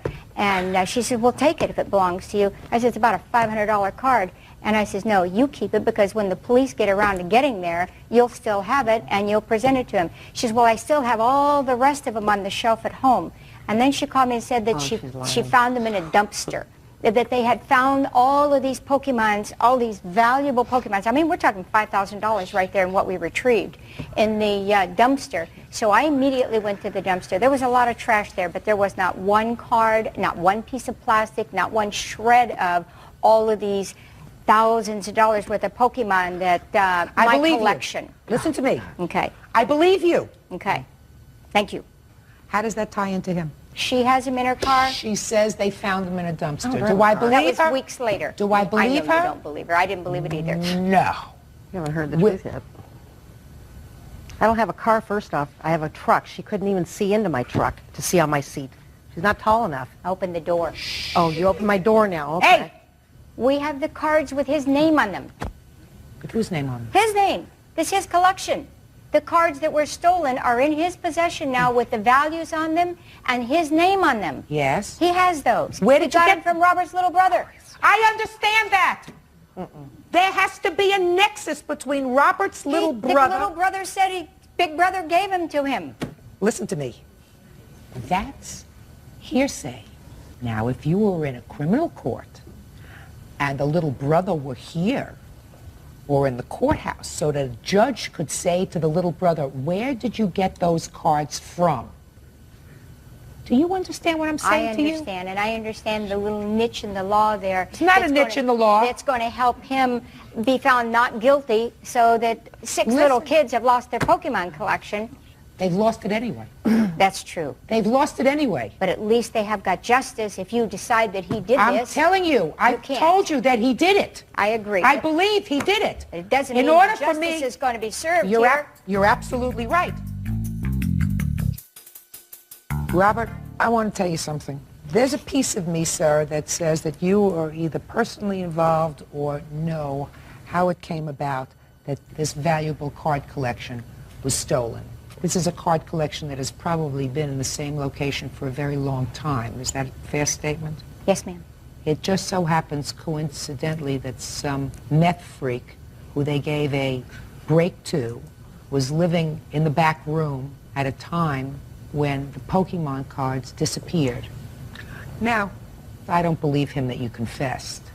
No. I don't believe him that you confessed. I believe you did it. I would love to be able to make a legal finding that you did it, but I don't believe you confessed. I just want you to understand me. I believe you did it, but I don't believe you confessed to him. He's a hothead. He thought that that would make a very good part of the case because he was told by the police in Simi Valley, that's still part of this universe I'm speaking, that without a confession you have no case. So I believe that he made that up. But I think you did it. I can't make a judgment, but I think you did it. Only you know whether you did it or not. Exactly. I know. Oh, I know. I know I didn't. Oh, I know you did. I feel it, but that's not what courts are about. Now, the fact that the mother makes up some cock and bull story that they came from a dumpster, right? Good one, huh?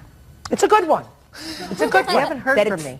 You haven't heard from me what the story is. You've heard from her. All I want to know is, well, you want to tell me that your son told you that his older brother gave him the cards? My son can tell you because my son was with me, calling me at school. I don't want to tell call you. him. I listen to He'll me. tell you. I don't He was wanna... with me when we found him. She had given him cards. And I don't know that they were her cards.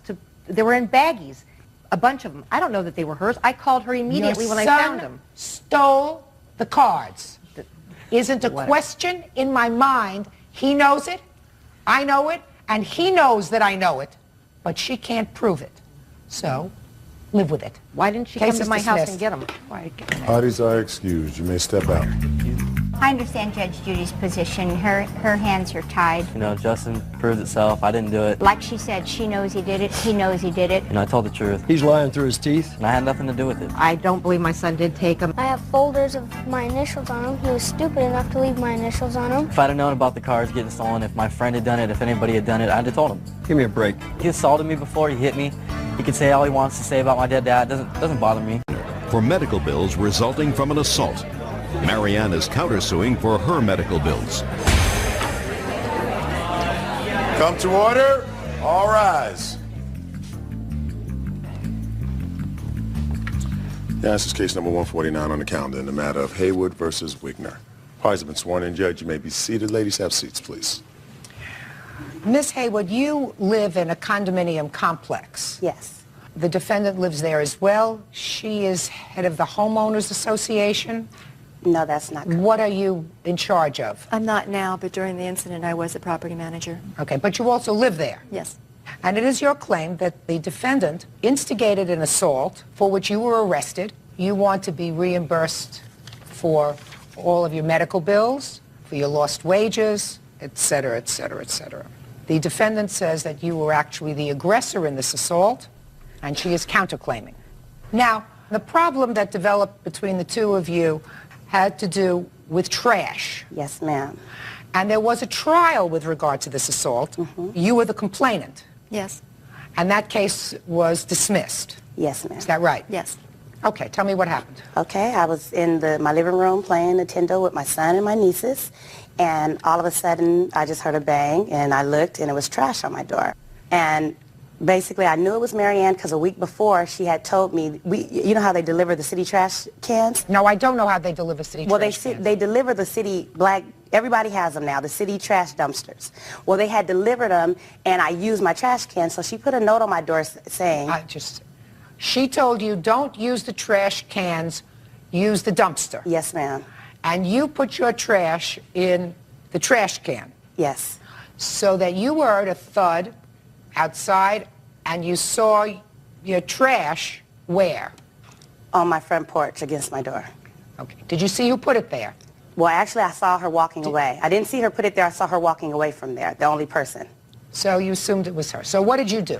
Well, I went to the door to see who put it there. I saw her walking up, and so I went. I put on shoes. I wasn't dressed. I had on a gown. So I went and threw on some sweatpants and a shirt, and actually I went out, put it back on her porch. And how far is her porch from your porch? It's probably like 8 feet. I stood at the stairs and I kind of tossed it back on her porch. So you didn't go up on her porch. You took the trash and you threw it on her porch. I tossed it, yeah, just like she did mine. But she wasn't in there. You didn't see her throw the trash on your Well, she admits it. Shh. I want you to try answering my questions. Okay. You didn't see her put the trash on your porch. No, I did not. You came out, saw the trash on your porch, and flung it on her porch. Yes, ma'am. What happened next?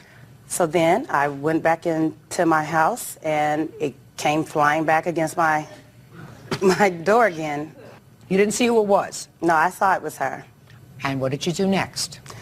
Basically, now you got your garbage on your porch. It was tit for tat. I mean, in actuality. I asked you what you did next. I went and I threw it back on hers again. That's not true, Your Honor. Just a second. And what happened next? She came out and pepper sprayed me, and the gardener was a witness to that. So she came out, and she sprayed you in the face? Yes. What happened next? So then when she sprayed me, it's like it got into, because I actually was turning, when she opened her door, I was turning to go back to my apartment. So when I turned to go back to my apartment, when it got in my eye, when I turned back around, when I heard her door open, I turned around, and so it got me right here in this eye. So in actuality, I held my eye, and I went to grab her can from her because she was walking towards me spraying. So I went to grab the can of pepper spray from her, and then we struggled over it. Like, you know, trying to get it away from each other because I was going to spray her back, to be honest with you, because she sprayed me. Okay, go ahead. So then as we struggled over it, she hit me because it wasn't getting loose. I hit her, and we hit each other, and we struggled over this can. And basically with one hand on the can and one hand, like, striking each other. That's not true, Your Honor. Just not going to get to you in a minute. Go ahead. Then we ended up over a fence where Mr. had came down, and he grabbed me from behind and choked me and dragged me back. And at that time, Mary Ann came with a rake, and I grabbed, and while he's choking me, and I'm on the ground. He's a director of the condominium, one of the directors. He owns the apartment or condo above Mary Ann. So he saw the scuffle, evidently, and went out and restrained you, and she went and got a rake. Is that what you just said? Well, he didn't see it. Well, he was upstairs, and then he came down. And so, yes, and then she grabbed a rake from the gardener. Yes. And came at me with it, and it's like as I'm trying to pry his hands away from me, I'm on my knees. I reached up when she came at me. You know, I saw through my peripheral vision a person approaching me, so I just reached up at the time she came at me with it, and I grabbed it from her. And then I tried to get Mr. off because I'm asthmatic and I couldn't breathe, so I'm trying to get him off of me. Then he starts letting go of me as I'm standing up, catching my breath, because it took a few seconds before I could catch my breath. He, like, I guess to grab the rake from me, he stepped towards me, and I hit him with the rake. I swung the rake. It hit him in his head, and I dropped the rake, and I walked into my house, and I called 911. You were, in fact, convicted of assaulting Mr. I was found guilty. You were found guilty. You were convicted. Yes. Of assaulting Mr. With a lesser battery, yes. But acquitted after a trial with regard to the defendant. Yeah, they dropped charges against me for her. All right, so now you tell me your version of what happened. Could I go back a little bit deeper than that? To when? October of 1999? No. Stay with this. If there was bad blood between the two of you, that's not relevant. It kind of sets the scene, but anyway, 14 cans were delivered in the parking lot along the edge of the back into the parking lot real close to one of the units.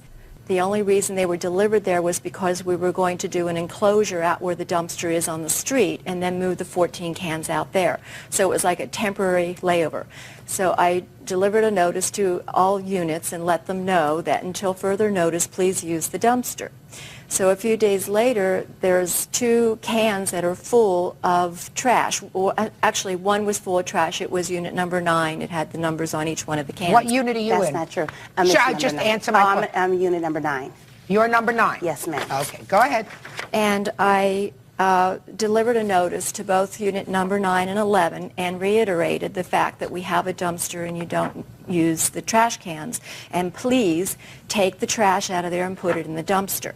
Number 11 came to me and she said, I'm so sorry. She said, I debated whether I should do that or not. And the next thing I know, I get this back on my door. They shouldn't be there then. You empty them yourself and kiss my crazy, which was typical of the conversations I would have with Paula over parking issues. Just a second. Why did you write her this nasty note? Well, I didn't. In actuality, why did you write her this nasty note? I did not write that exact what it says. I mean, and basically that is copied on there. I mean, because I saw that when I went to trial. I did say that they shouldn't be there, but I did not say the B word. I mean, I didn't call her in actuality. No, you wrote this down. No, I wrote that you're crazy, the crazy part, but I did not write. Yeah, you wrote a nasty note. Oh, no. You were crazy. Yeah, I mean, you wrote crazy. Told it empty. Did you know why? I'm speaking. Okay. Real cases, real people. Judge Judy. Paula Haywood says neighbor Marianne Wigner pepper sprayed her during an argument over garbage cans. Marianne claims Paula instigated the fight. Can I ask you a question? Put it down. Okay. What's the difference if the condominium where you're living says, please don't use the trash cans, please use the dumpster? What's the skin off your nose in taking your trash and putting it in the dumpster? Okay, I have pictures. It was in evidence, but basically, and she gave me a note. She has a note that says, you know, the dumpsters are overloaded. We're going to be getting a lock or something because we think other people are using our dumpsters. And, you know, don't put your trash on the ground outside of the dumpster. So, madam, so there was talking about else. being civilized. So if you get this note and if the dumpster is full, why don't you say, listen, I got the note and I'd be more than happy to comply, but they're full, so I have to use the cans. She had never gave me that. I do my job. I was working from 8 to 8, doing caregiving for a handicapped child. And I lost my job, making $100 a night, but I never received that letter. She put that on my door, actually, when she threw the trash back the second time. That was attached to the trash can. I don't know if I believe you. I think that you copped an attitude. That doesn't mean you're entitled to get sprayed with pepper spray. I'm not there yet, but I believe you copped an attitude. Now, you find the trash on your door. Who threw the trash on her porch? Bob actually put the bag on her porch and said, please take this trash out to the dumpster where it belongs. Why would Mr. take the trash and put it on her porch? I mean, that's sort of an aggressive act to take it and toss it on her porch. I didn't expect him to do that. What happened was that there were previous confrontations with Paula Haywood over parking incidents, and I was attacked by her in my home. She came in my home, she tore the phone off my wall, she jabbed at me, and she socked me in the eye. And then her mother, before the police came out, her mother did the same thing. She walked right in my home. I'm getting ready to pack. So why, those are the things you want to talk about from before. Yeah, right. So, so you're not happy with these people as tenants. Right, and I've had other... Now, after she took the trash and tossed it on your porch, yes, what did you do? I didn't throw it. I put it down in front of her door, and then I walked away. Go ahead. What happened next? Then I was with the maintenance man in front of my unit, and I was helping him pick up some weeds and some trash and things. The next thing I know, I felt something behind me. I had previous to that, picked up some pepper spray because of my previous incidents with her. And so I had the pepper spray in my hand. I heard something, and I turned around, and she has this bag that I had already inspected. In fact, here's the pictures. It has that it was her bag. There were 3 jugs of glass in there. So when I saw her hurling it, and it was about ready to come down on me, I pushed the spray. I didn't really know how to use the pepper spray, but I sprayed it, It hit her in the chin. I did see that. It didn't hit her in the eye. It hit her in the chin. The next thing I know, all hell broke loose, and she grabbed a hold of me in the back of my hair. She threw me over the 3-foot iron railing, and she took that can out of my hand, and she beat me. I've got pictures here of what she did to me. I've got bruises on my ribs, my eyes, and my forehead. Your Honor. Just a minute. You told your story. Please get a chance. Did you see these photographs? And yes, I did. Just answer my question. Yes, I did. You have seen these are pretty serious. Yes, I saw them. These are pretty serious. Okay, can I please say something, Your Honor? Just a second. Okay. I'm speaking.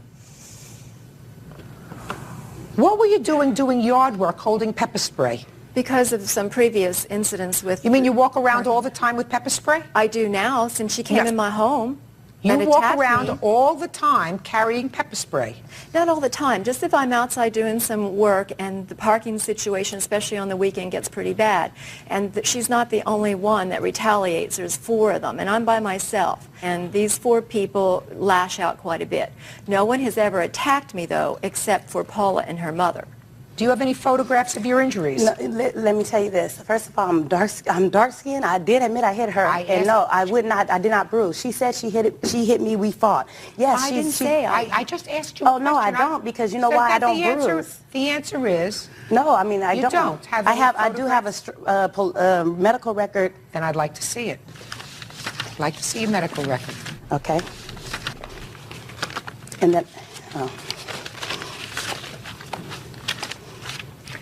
All right, so you went and took x-rays, and the x-rays were normal. Is that right? It says it was a reversal and that means it was, I had a sprain. And I wore a hard neck brace for 7 days, and then I had to go back, and I wore a soft one for 7 days. Now, Miss Haywood, when you saw the trash that she had put back on your porch, and you see her walking. I saw her throw it. I mean, I was out the window. Just answer my question. Okay, You're not going to think faster than I am. I guarantee it, madam. You started this whole problem because you didn't follow the rules. Her rules? I'm making that judgment. There were 14 units, and you have the problem. That doesn't mean that you are responsible for your getting sprayed in the face, but I have to find out, when you saw the trash that she admits she put back on your porch, pay attention to me. Pay attention to me. Did you walk down the steps with the trash? No, it's up the steps. I went up the steps. You had to walk up? No, it's like 3 steps. I mean, they're not... A step is a step. Do you have to walk down the steps to get to where she was, or did you have to walk up the steps to get to where she was? Both.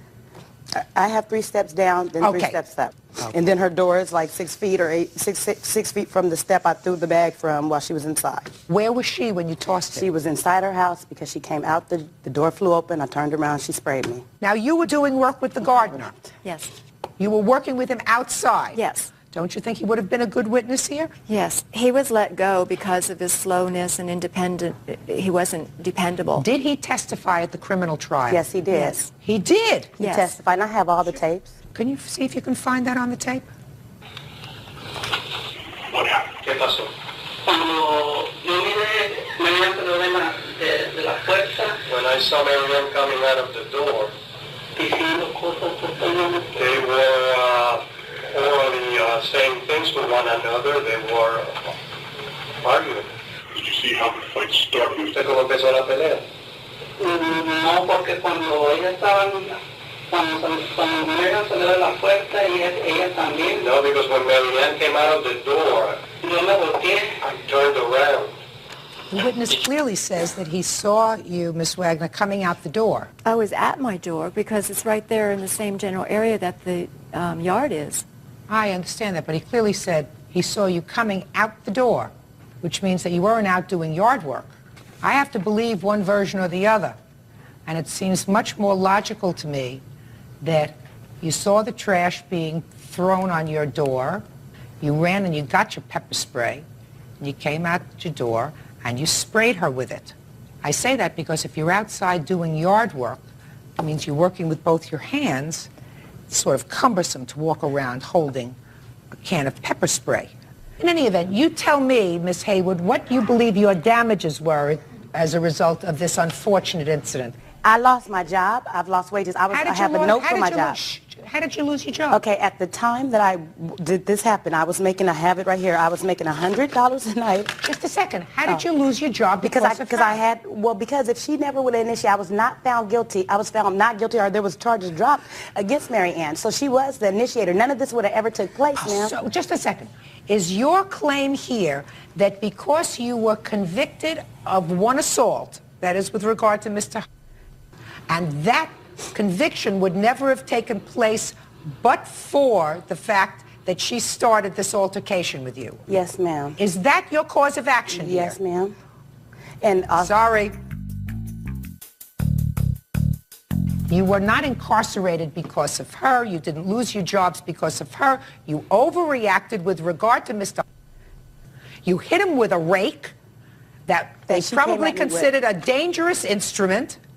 And you were convicted with regard to that. I mean, because of the fact this woman her actions caused all this to take place. Because I even have it where he choked me, and I have the testimony. Let me explain something to you. Okay, I don't know. The money that you lost. She did the wrong thing. She should not have come out her door and sprayed you with the pepper spray. But that doesn't mean that you can sue her because you got into an altercation and then you assaulted somebody else. So your case, Ms. Hayward, is dismissed, as is your counterclaim, Ms. Wagner. You sprayed her with the pepper spray. She reacted, you got injured, but you were the aggressor with the pepper spray. That's all. Parties are excused. You may step out. I do think it was unfair because I never had a criminal record ever in my life. You can't talk to her. You can't even say hi to her without her saying some obscene sentence. It was just humiliating. I didn't get to talk to my child for 6 days. I wasn't calling him from jail. Victims, watch out. Kevin Warren for the repair cost of a car and lost wages. Okay, Ms. Cosby. According to your complaint, you parked your car near your home on a side street.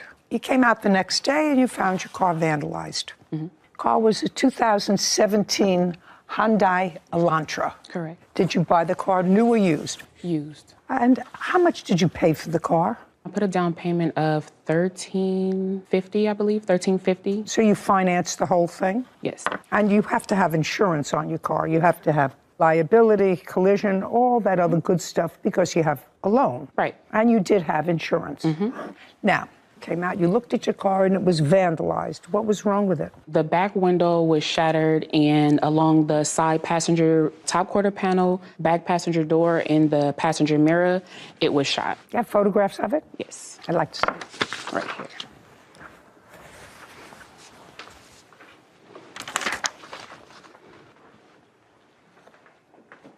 Okay. Did you notify your insurance company? I did. On what date? That right here. I'd like to take a look at it, please. And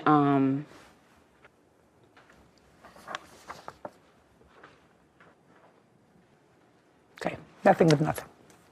Okay, so you told the police about it on the 22nd. Yes. And when did you bring it in for the defendant to take a look at it? That was August 18th. She brought the car into you in August? Yes. And how long have you been in the auto repair business? 16 years. So you've dealt with insurance adjusters before? Yes. And did you make the appointment for the insurance adjuster to come and look at the car? They never came to look at it. Sometimes they just have me submit photos if they don't have anyone in the field to come look at the vehicle.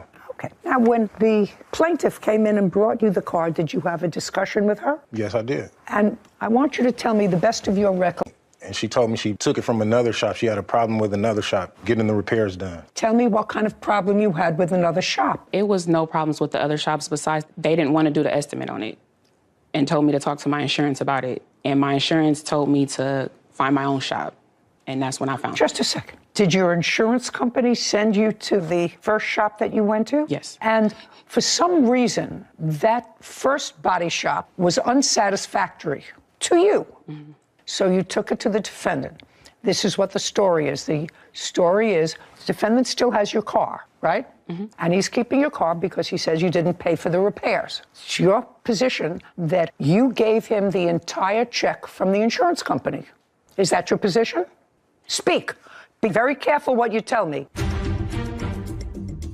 This is how her car looked when she brought it to me. Oh, Miss Cosby, I have a feeling that you're not going to like the outcome of Shalea Cosby claims mechanic Kevin Warren owes for the repair cost of a car and lost the check receipt that you received from the insurance company.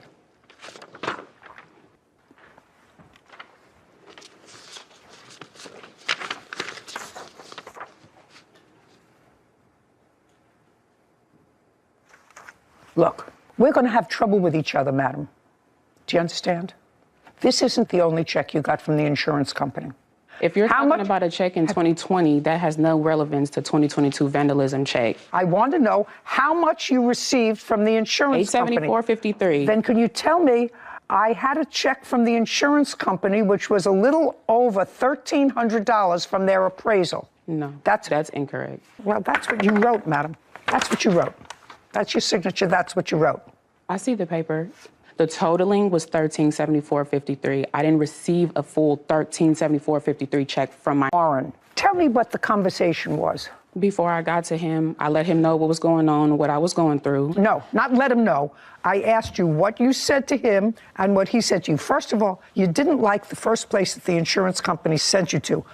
I don't know why. All I know is when you're dealing with this kind of thing, everybody's trying to make a little bit extra. And it's been my experience, and maybe I'm wrong, that when you have a little accident, you take your car into a body shop. Very often, if that's their business, they say, this is what you want fixed, this is what the damage was. And the person who runs the body shop or the owner of the body shop will say to you, I'll take whatever the insurance is, I'll work with the adjuster. Mm-hmm. That's what they usually do. Correct, sir? Yes. Yes. And in this case, is that what happened? No. Is what I'm asking you, because your complaint is that he has your car, won't give it back because he's put a mechanic's lien on it because he says that he did $6,000 worth of work on the car. He did work that was not approved by me nor my insurance. I'm just telling you, that's what he says. He did $6,000 worth of work on the car. Okay. Okay? But I have to tell you, Mr. Warren, that has been my company, and we all know what that means. That means that whatever your insurance company gives you, they'll send me the check. That will be what I'm going to accept for the work. Now, what you're suggesting is that she authorized you to do $6,000 worth of work, and you didn't speak to the insurance company. I spoke with them plenty of times. Oh, what did they tell you that they were sending her? I have it here. I'd like to see it. I have 3 estimates here. No, I want to see from the insurance company. They're the insurance company estimates, not mine. I'd like to see it. Okay, here's the first one. Like she said, when she first brought her car to me, she had this one already for $873. Mm-hmm. Okay, so then what we do when we see more damage, we put what you call a supplement in. So I put a supplement in, and that's when they told me she has 2 claims. She has a claim for a different claim number. May I see it, please? That she put the claim in for.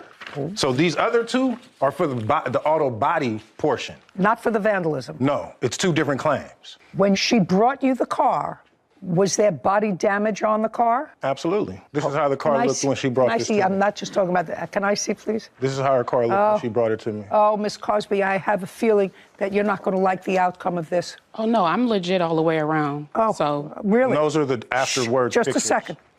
Just a second. This car was in a bad accident. Yes, correct. This car was in a bad accident. Hey, this car was in a bad accident shortly after you got it. Correct. Right.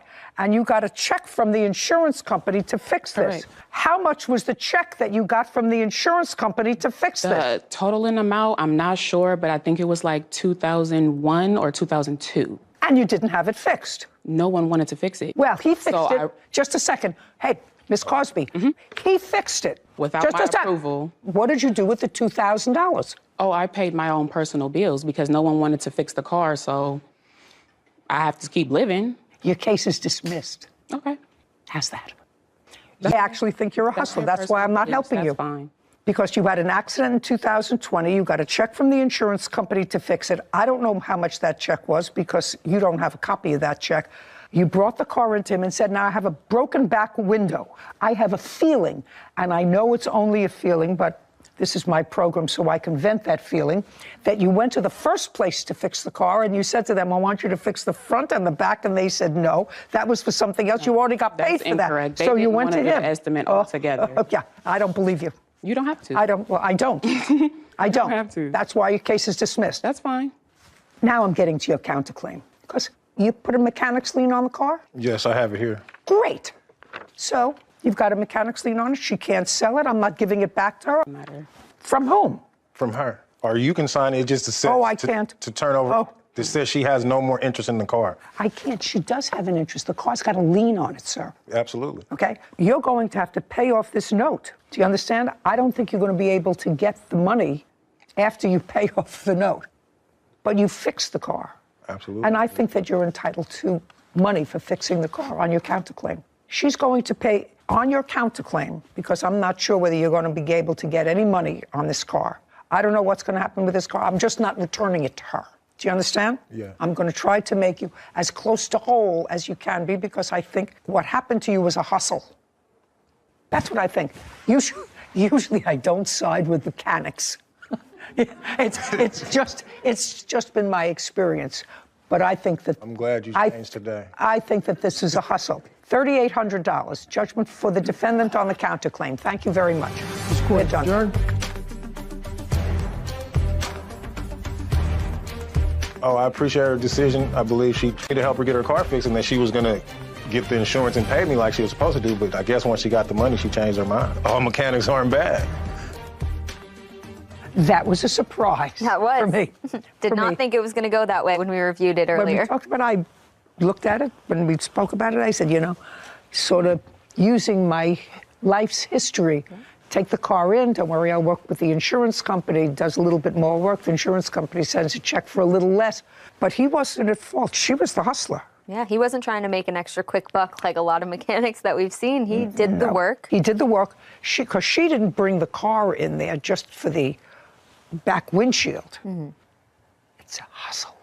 It seemed that way. As soon as somebody says, oh, that thing from then has nothing to do with why we're here now, immediate red flag. Bing. Yeah. To Archuleta for the balance of an RV and an assault. Court come to order. All rise. Have a seat, please. Case 2096, Martinez versus Archuleta. Thank you. You're welcome. Well, each of you was suing each other for the hefty sum of $10,000. Ms. Martinez, you say you were like a cousin to one of these defendants. Which one? Tina. That would be you. That'd be me. And your name is? Felicia Archuleta. You live together? Yes. Are you married? Yes. It is your claim that Tina purchased from you an old RV for $1,000, that she currently has possession of the RV, that she has not paid for the RV, and that when you went to their home to collect the money for the RV, that one of them assaulted you. Both of them. The defendants say that the original purchase price, which was $1,000, was reduced because the RV was not running. They paid you the $200. Did you give her the $200? I did. You did, and that was the day that you took the RV. No. When? That wasn't the day after. I already had it. Did you ever get $200 from the defendants? No, I didn't. I received $160 from Tina. Okay, so let's get back to the RV. How long did you have the RV? And it was just sitting on your property, is that right? Right. How long have you had it? I've had the RV for about 6 years. What did you do with it? Did you travel with it? I lived in it for about 2 months, and then I parked it. And so it was running? Yes. But at the time you wanted to get rid of it, it wasn't running? No. Did you know what was wrong with it? Yes, the fuel pump was going bad in it, so we had to replace that. But it didn't start. They had to have it towed. Right. Tina towed it. Right. Back to their property. Yes, they did. Okay, so when they took it, the agreement was that they were to pay you how much? $1,000. And you acknowledged that you were supposed to pay $1,000. Is that correct? At the time that they took the RV and had it towed, they gave you no money. They gave me no money. Subsequently, they gave you $160. Correct. According to you. And tell me under what circumstances they gave you the $160. Tina did. I went over to their house and they gave me the money in hand. Okay, and what did you give them? Well, they had the RV given, the title given to them the day that they took the RV. And then $160. Mm-hmm. Did she ever give you any other money? No. Now, when did you go over, according to you, to the property to get the rest of the money? And tell me what happened. What date? It was August 27th in the evening. I called Tina and told her I was on my way. I went over to her property and You drove? I drove my car to her property, and Felicia was outside loading the car. That's Felicia. Correct. That's you. And so I asked her, where's Tina? She says she is inside. I said, well, I'm here to get my money. And Tina tells me, no, you're not getting nothing. I told you you're going to get it when I have it. I said, no, that is not the deal. I want all my money or I'm taking the RV. Now, I have text messages that show that about the RV, about her saying, well, if it's going to be such a problem, you come and pick up the RV and your title. You know, I'm coming to have it picked up tonight. You need to make sure that, you know, not to touch it. And I'm going Who to was living in the RV at the time? I had my friends in there that would help me try to get it started. So friends of yours were living in the RV. Okay, And she told go me. ahead. Okay, and so I told her that I was going to throw them out because she has not paid me for my RV. And then in the text, she also replies that, well, if I wanted to be grimy, I got the title and I could go ahead and keep it. And I do have proof of that. I would like to see those texts. Here's those ones. Well, you acknowledge in the text back and forth that you owe her $800. Yeah, I never said I didn't. The thing is, okay. Can I tell you one thing? All I'm asking is you acknowledge that you owe her $800. Okay.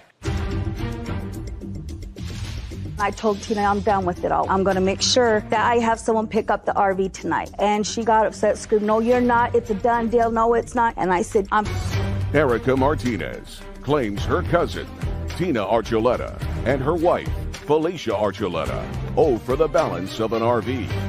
Tina and Felicia are countersuing for slander and an assault. Okay, so I have $800 balance for the RV. Now, you want to tell me about this alleged assault, which, according to you, is worth another $9,000? well, yes. Well, as I was speaking with Tina about it after that, me and her were going back and forth. And we were yelling at each other, and then her wife got involved, and I told her, you need to stay out of it. And then I told Tina, I'm done with it all. You know, I'm going back. I'm going to make sure that I said, yes, I am. I'm getting my RV tonight. And then I turned around, went into my car. Felicia says, you ain't getting spit on me from the passenger side. And Tina runs up and punched me in my face, and my glasses flew this way. And that's when I told her, that's it, she's in trouble now. And so that. Do you have a police report on that? I do. On photographs? Do you have any medical record? I do got the medical records. They're right here.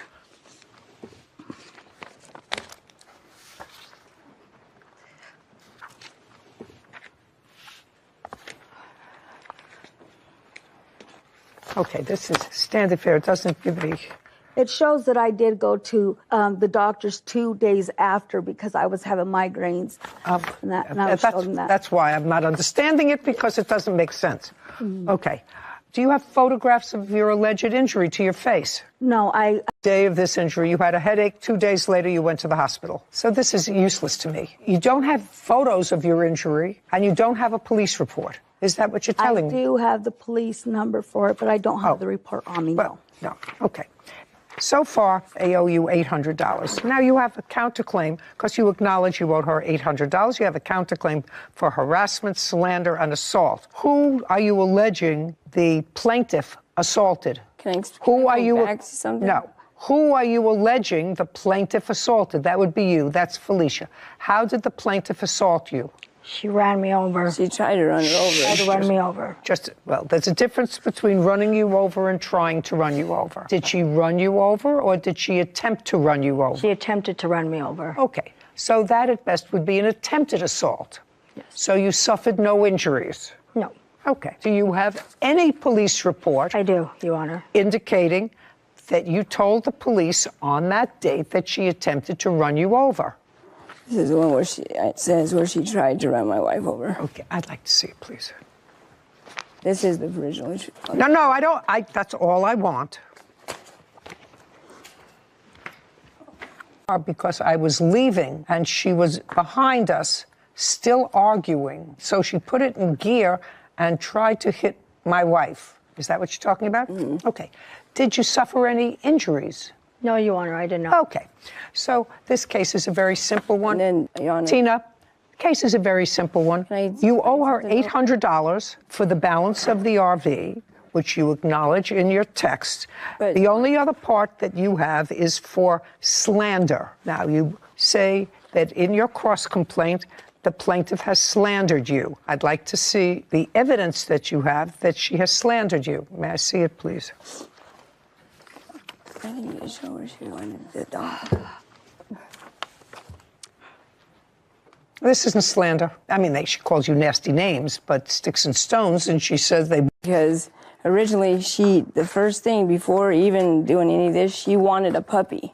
And that's where all this title and everything came in. I read that. She wanted a puppy. I read that, and then she changed her mind. Yeah, and that's where we got the title. I don't care. You owe her $800. You acknowledge in your text messages. Try to keep the peace. Listen to me. I don't care. You acknowledge that you owed her $800, the balance of the $1,000 for the RV. She came to try to get it. There was an argument, and it got nasty. You owe her, Tina, the $800 that you agreed to pay her, the balance of the RV. Judgment for the plaintiff.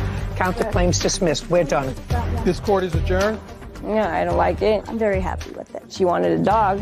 That's why she gave me the title. She had asked me if I wanted a puppy, but she said that she'd make a deal with me and only charged me $1,200, which she changed her words and it was $1,500, so I did not get the puppy. I tried to keep the peace and say, oh, okay, I'll pay you after she changed her mind. She's a good liar. She's just a liar. I don't care. She needs money more than I do. I honestly think it's ridiculous. We should never have to come to this. The Shane family. It's all good. No more family, for sure. Something of value to have it in writing. People assume with strangers, oh, of course I should have a writing when I'm selling something.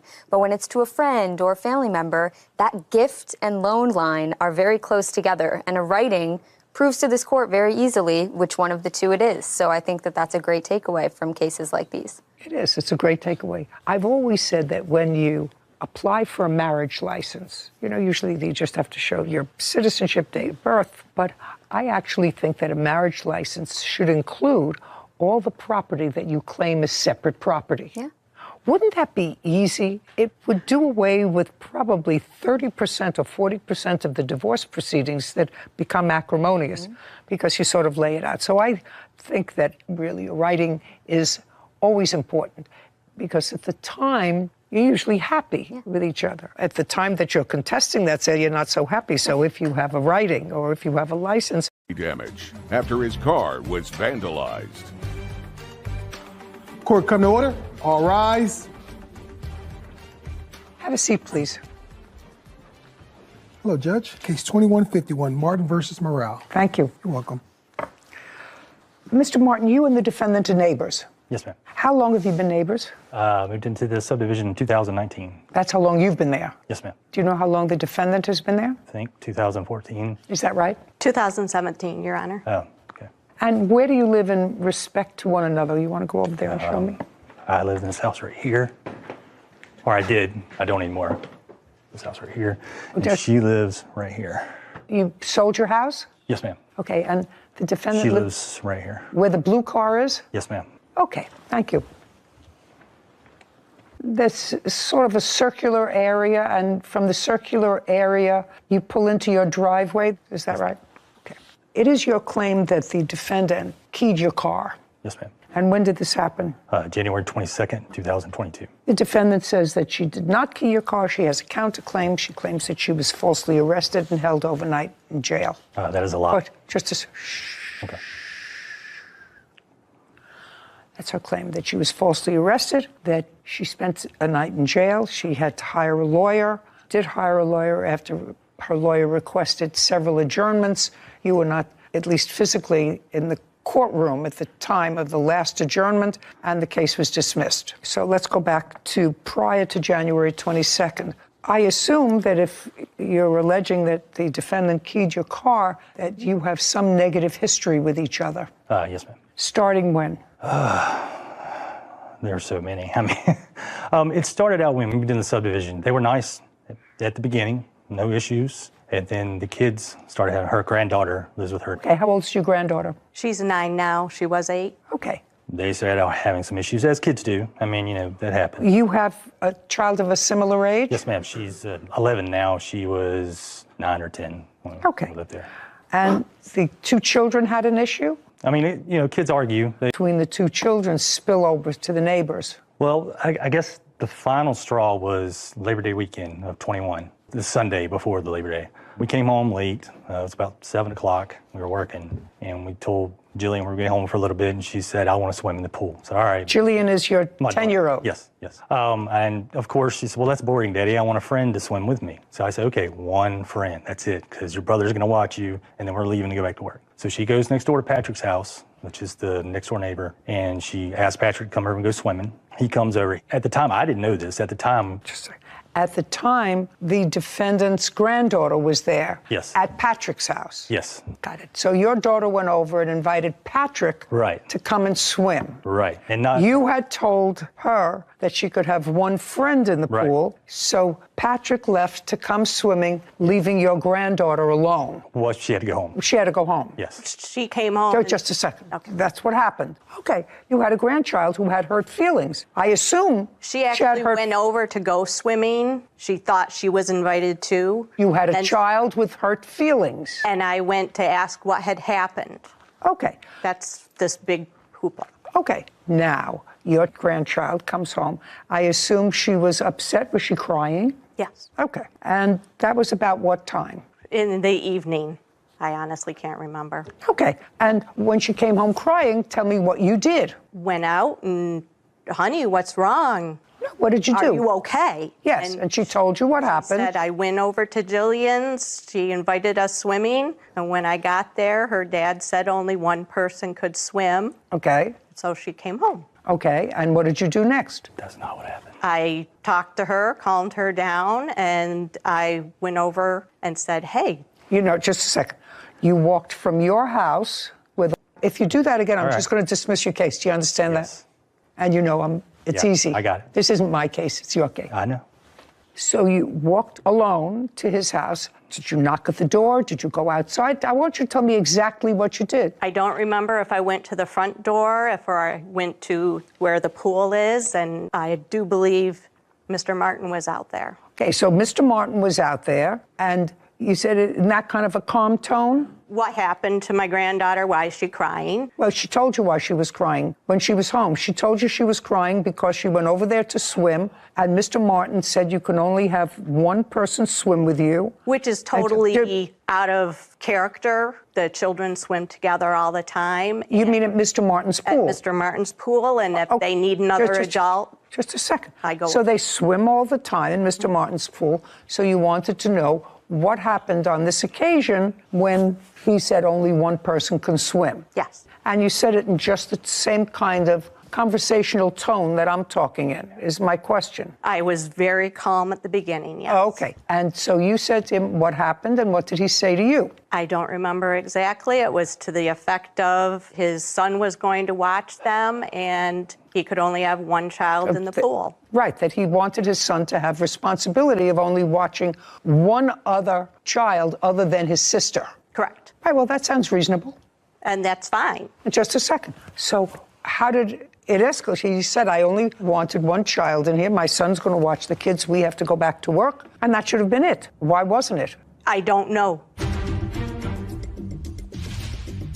So I walked back out and looked at the Pathfinder, and that's what I discovered, the scratch across the back. Bright white, so that indicates it's fresh. I told her while she was standing there, you're going to jail. I'm going to call the police. Okay.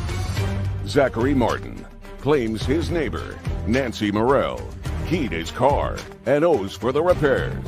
Nancy is countersuing for a false arrest and lawyer fees. Now let's get to your version of what happened. Okay, so you said only one child. Her granddaughter went home.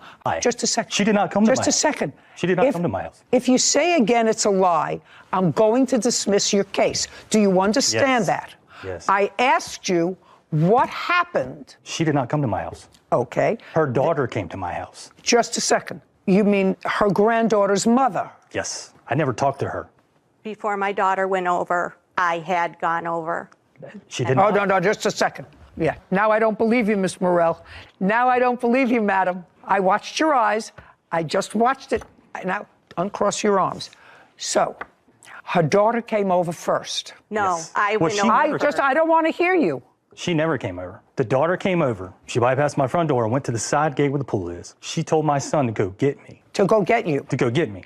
I came out and she called me a jerk. You should let her swim in the pool. Blah. I just told my daughter, look, you can have one friend because your brother's watching you. It's not fair for him now to watch 3 kids. Just 2, that's all. I told her, I said, look, I don't know what you're talking about. I said she could have one friend and that's it. She proceeded to call me a jerk. She said some other choice words I'm not going to repeat, in which case I did cuss her out and told her to get off my property and not to come back again, anybody in her family, or I would file trespass charges. Okay, and that was on the Sunday before Labor Day. Yes, ma'am. And when did this incident happen with your car?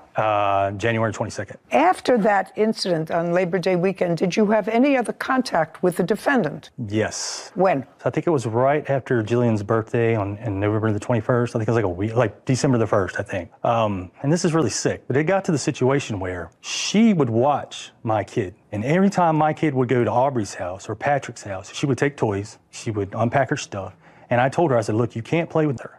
So they would wait 10 or 15 minutes till she got unpacked and get all comfortable, having a good time. She would send her granddaughter over there. She had to pack her stuff up and come home. She would come home crying many times. So then it got to the point where Patrick, he would come over to our house. He'd be over to our house all the time. They would get on trampoline. Wait. She knocks on the door and she says, can we play? And I said, no, you can't play. Get off of my property. File trespass charges if you come back. That was, the last time I interacted with her.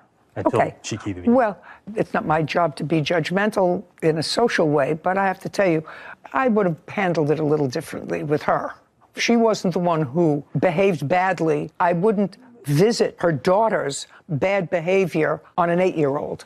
There are kids who live right around the corner from each other, and it seems to me that the bad behavior of a parent or a grandparent shouldn't impact on a child.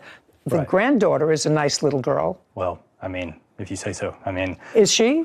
Well, she spread rumors about my daughter and said that, she told Aubrey that my daughter stole some of her toys, and that was a lie. Okay. All right. Well, it sort of started to get nasty. Let's get back to the keying of the car. So that happened in January. So tell me about the January incident. Okay. So she got up January 22nd. It's a Saturday. She decided to walk her dog. She's walked her dog. Go over there. Show me what you saw. Okay.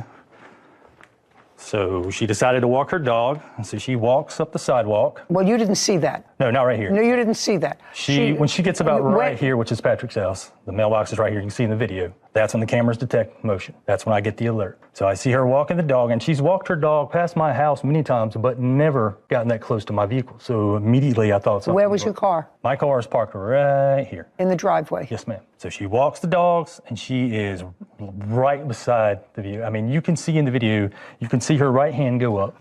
So I immediately run out of the house. I have a truck parked right here. I looked at my truck. I thought maybe she did something to the truck. I looked at it, didn't see anything. I went back outside and I said, well, wait a minute, let me go back outside and look at the Pathfinder. So I walked back out and looked at the Pathfinder, and that's what I discovered, the scratch across the back. It's bright white, so that indicates it's fresh. I told her while she was standing there, you're going to jail, I'm gonna call the police. Okay, step back. When you said to her, you're going to jail, I'm going to call the police, did she respond? I don't think so, no. Okay, now I'd like to see the video. Okay. You can see as her hand goes up right there. I'll take a look at it again. Is there any reason that you stopped behind his car? Is there any reason? Stopped to sniff, I stopped with him. You see her right hand right there. I'm moving my arm as I walk. Yes, and that's where the scratch is. Okay, can I take a look at the photographs of the scratch, please?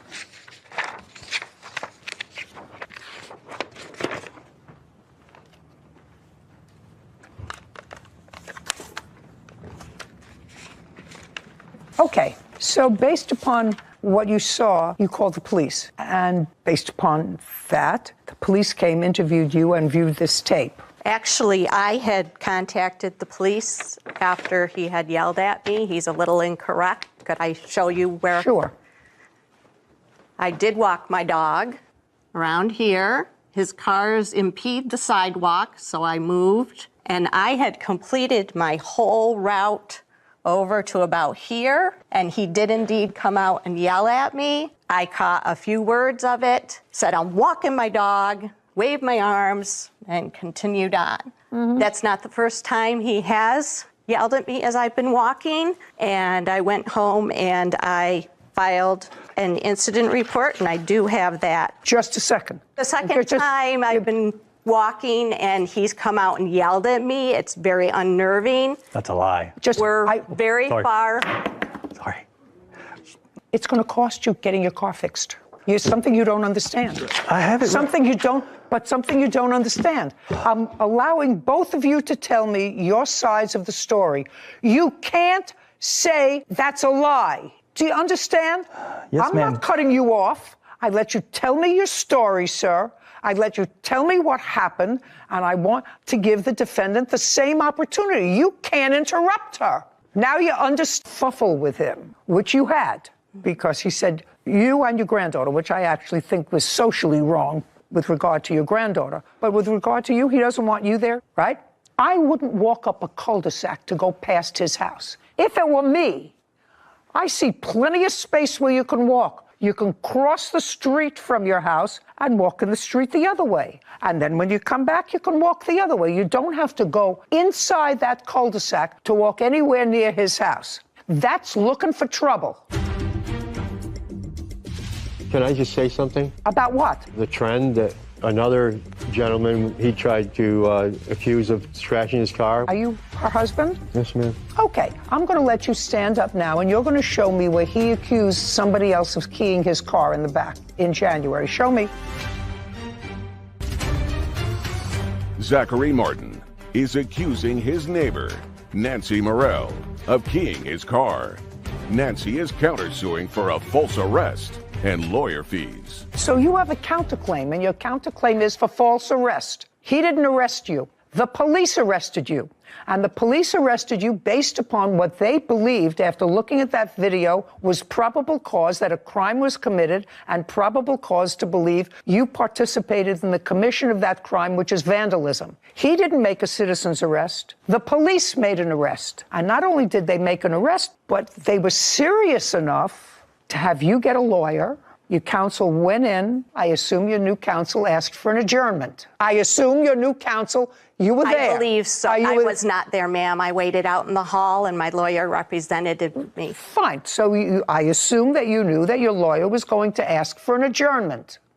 The lawyer didn't prepare you for trial, did he? No. No. Your Honor. So he was. I'm not listening to you. As a witness, can I just say something? About what? The trend that another gentleman, he tried to accuse of trashing his car. We have evidence of that. Just a second. That I'll listen to in a minute. Okay. The second time your case was on, did you go into court or did you wait outside? I waited outside. Then if you waited outside, you knew again your lawyer was going to ask for. She was not there. She was outside, yes, ma'am. The second time when the case was adjourned, were you in court? Yes, ma'am. Was she there? Yes, ma'am. Outside or inside? She was outside. Did her lawyer ask for an adjournment? Continuance. A continuance? Yes, ma'am. Same thing? Yes, ma'am. Did it happen more than twice? Yes. On the third time you went to court, did you go to court? Yes, ma'am. Was she in court? Yes, ma'am. Inside or outside? She was outside, and what happened, I had sold the house, and we moved an hour away. Just a second. You were there? Yes, ma'am. Okay. Now, I'm going to let you stand up now, and you're going to show me where he accused somebody else of keying his car in the back in January. Show me. No.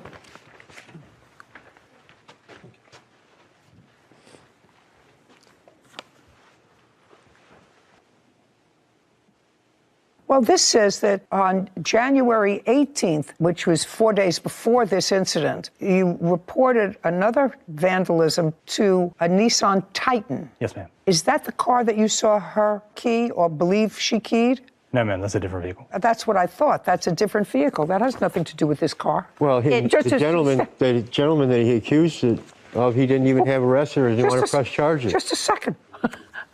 Okay, so now I'm going to let you stand up, and I'm going to give you my end of the riot act. Because if this is what you're deluding yourself with, I'm going to tell you. He didn't have video of anybody on the 18th around his car. In your wife's case, sir, he had prior experience with her. She had no business walking right in front of the house when there are plenty of other places to walk. If they are not on great terms, he had every right to call the police, show them the video, and they had every right to arrest her. Trial is for, sir. That was up to a jury. What your wife is suing him for is for false arrest. He didn't arrest her. The police arrested her. Now sit. May I see the invoice? Have you had the car fixed? Yes, ma'am. I have an estimate, and I also have the police report. I'd like to see both. I'd like to see both.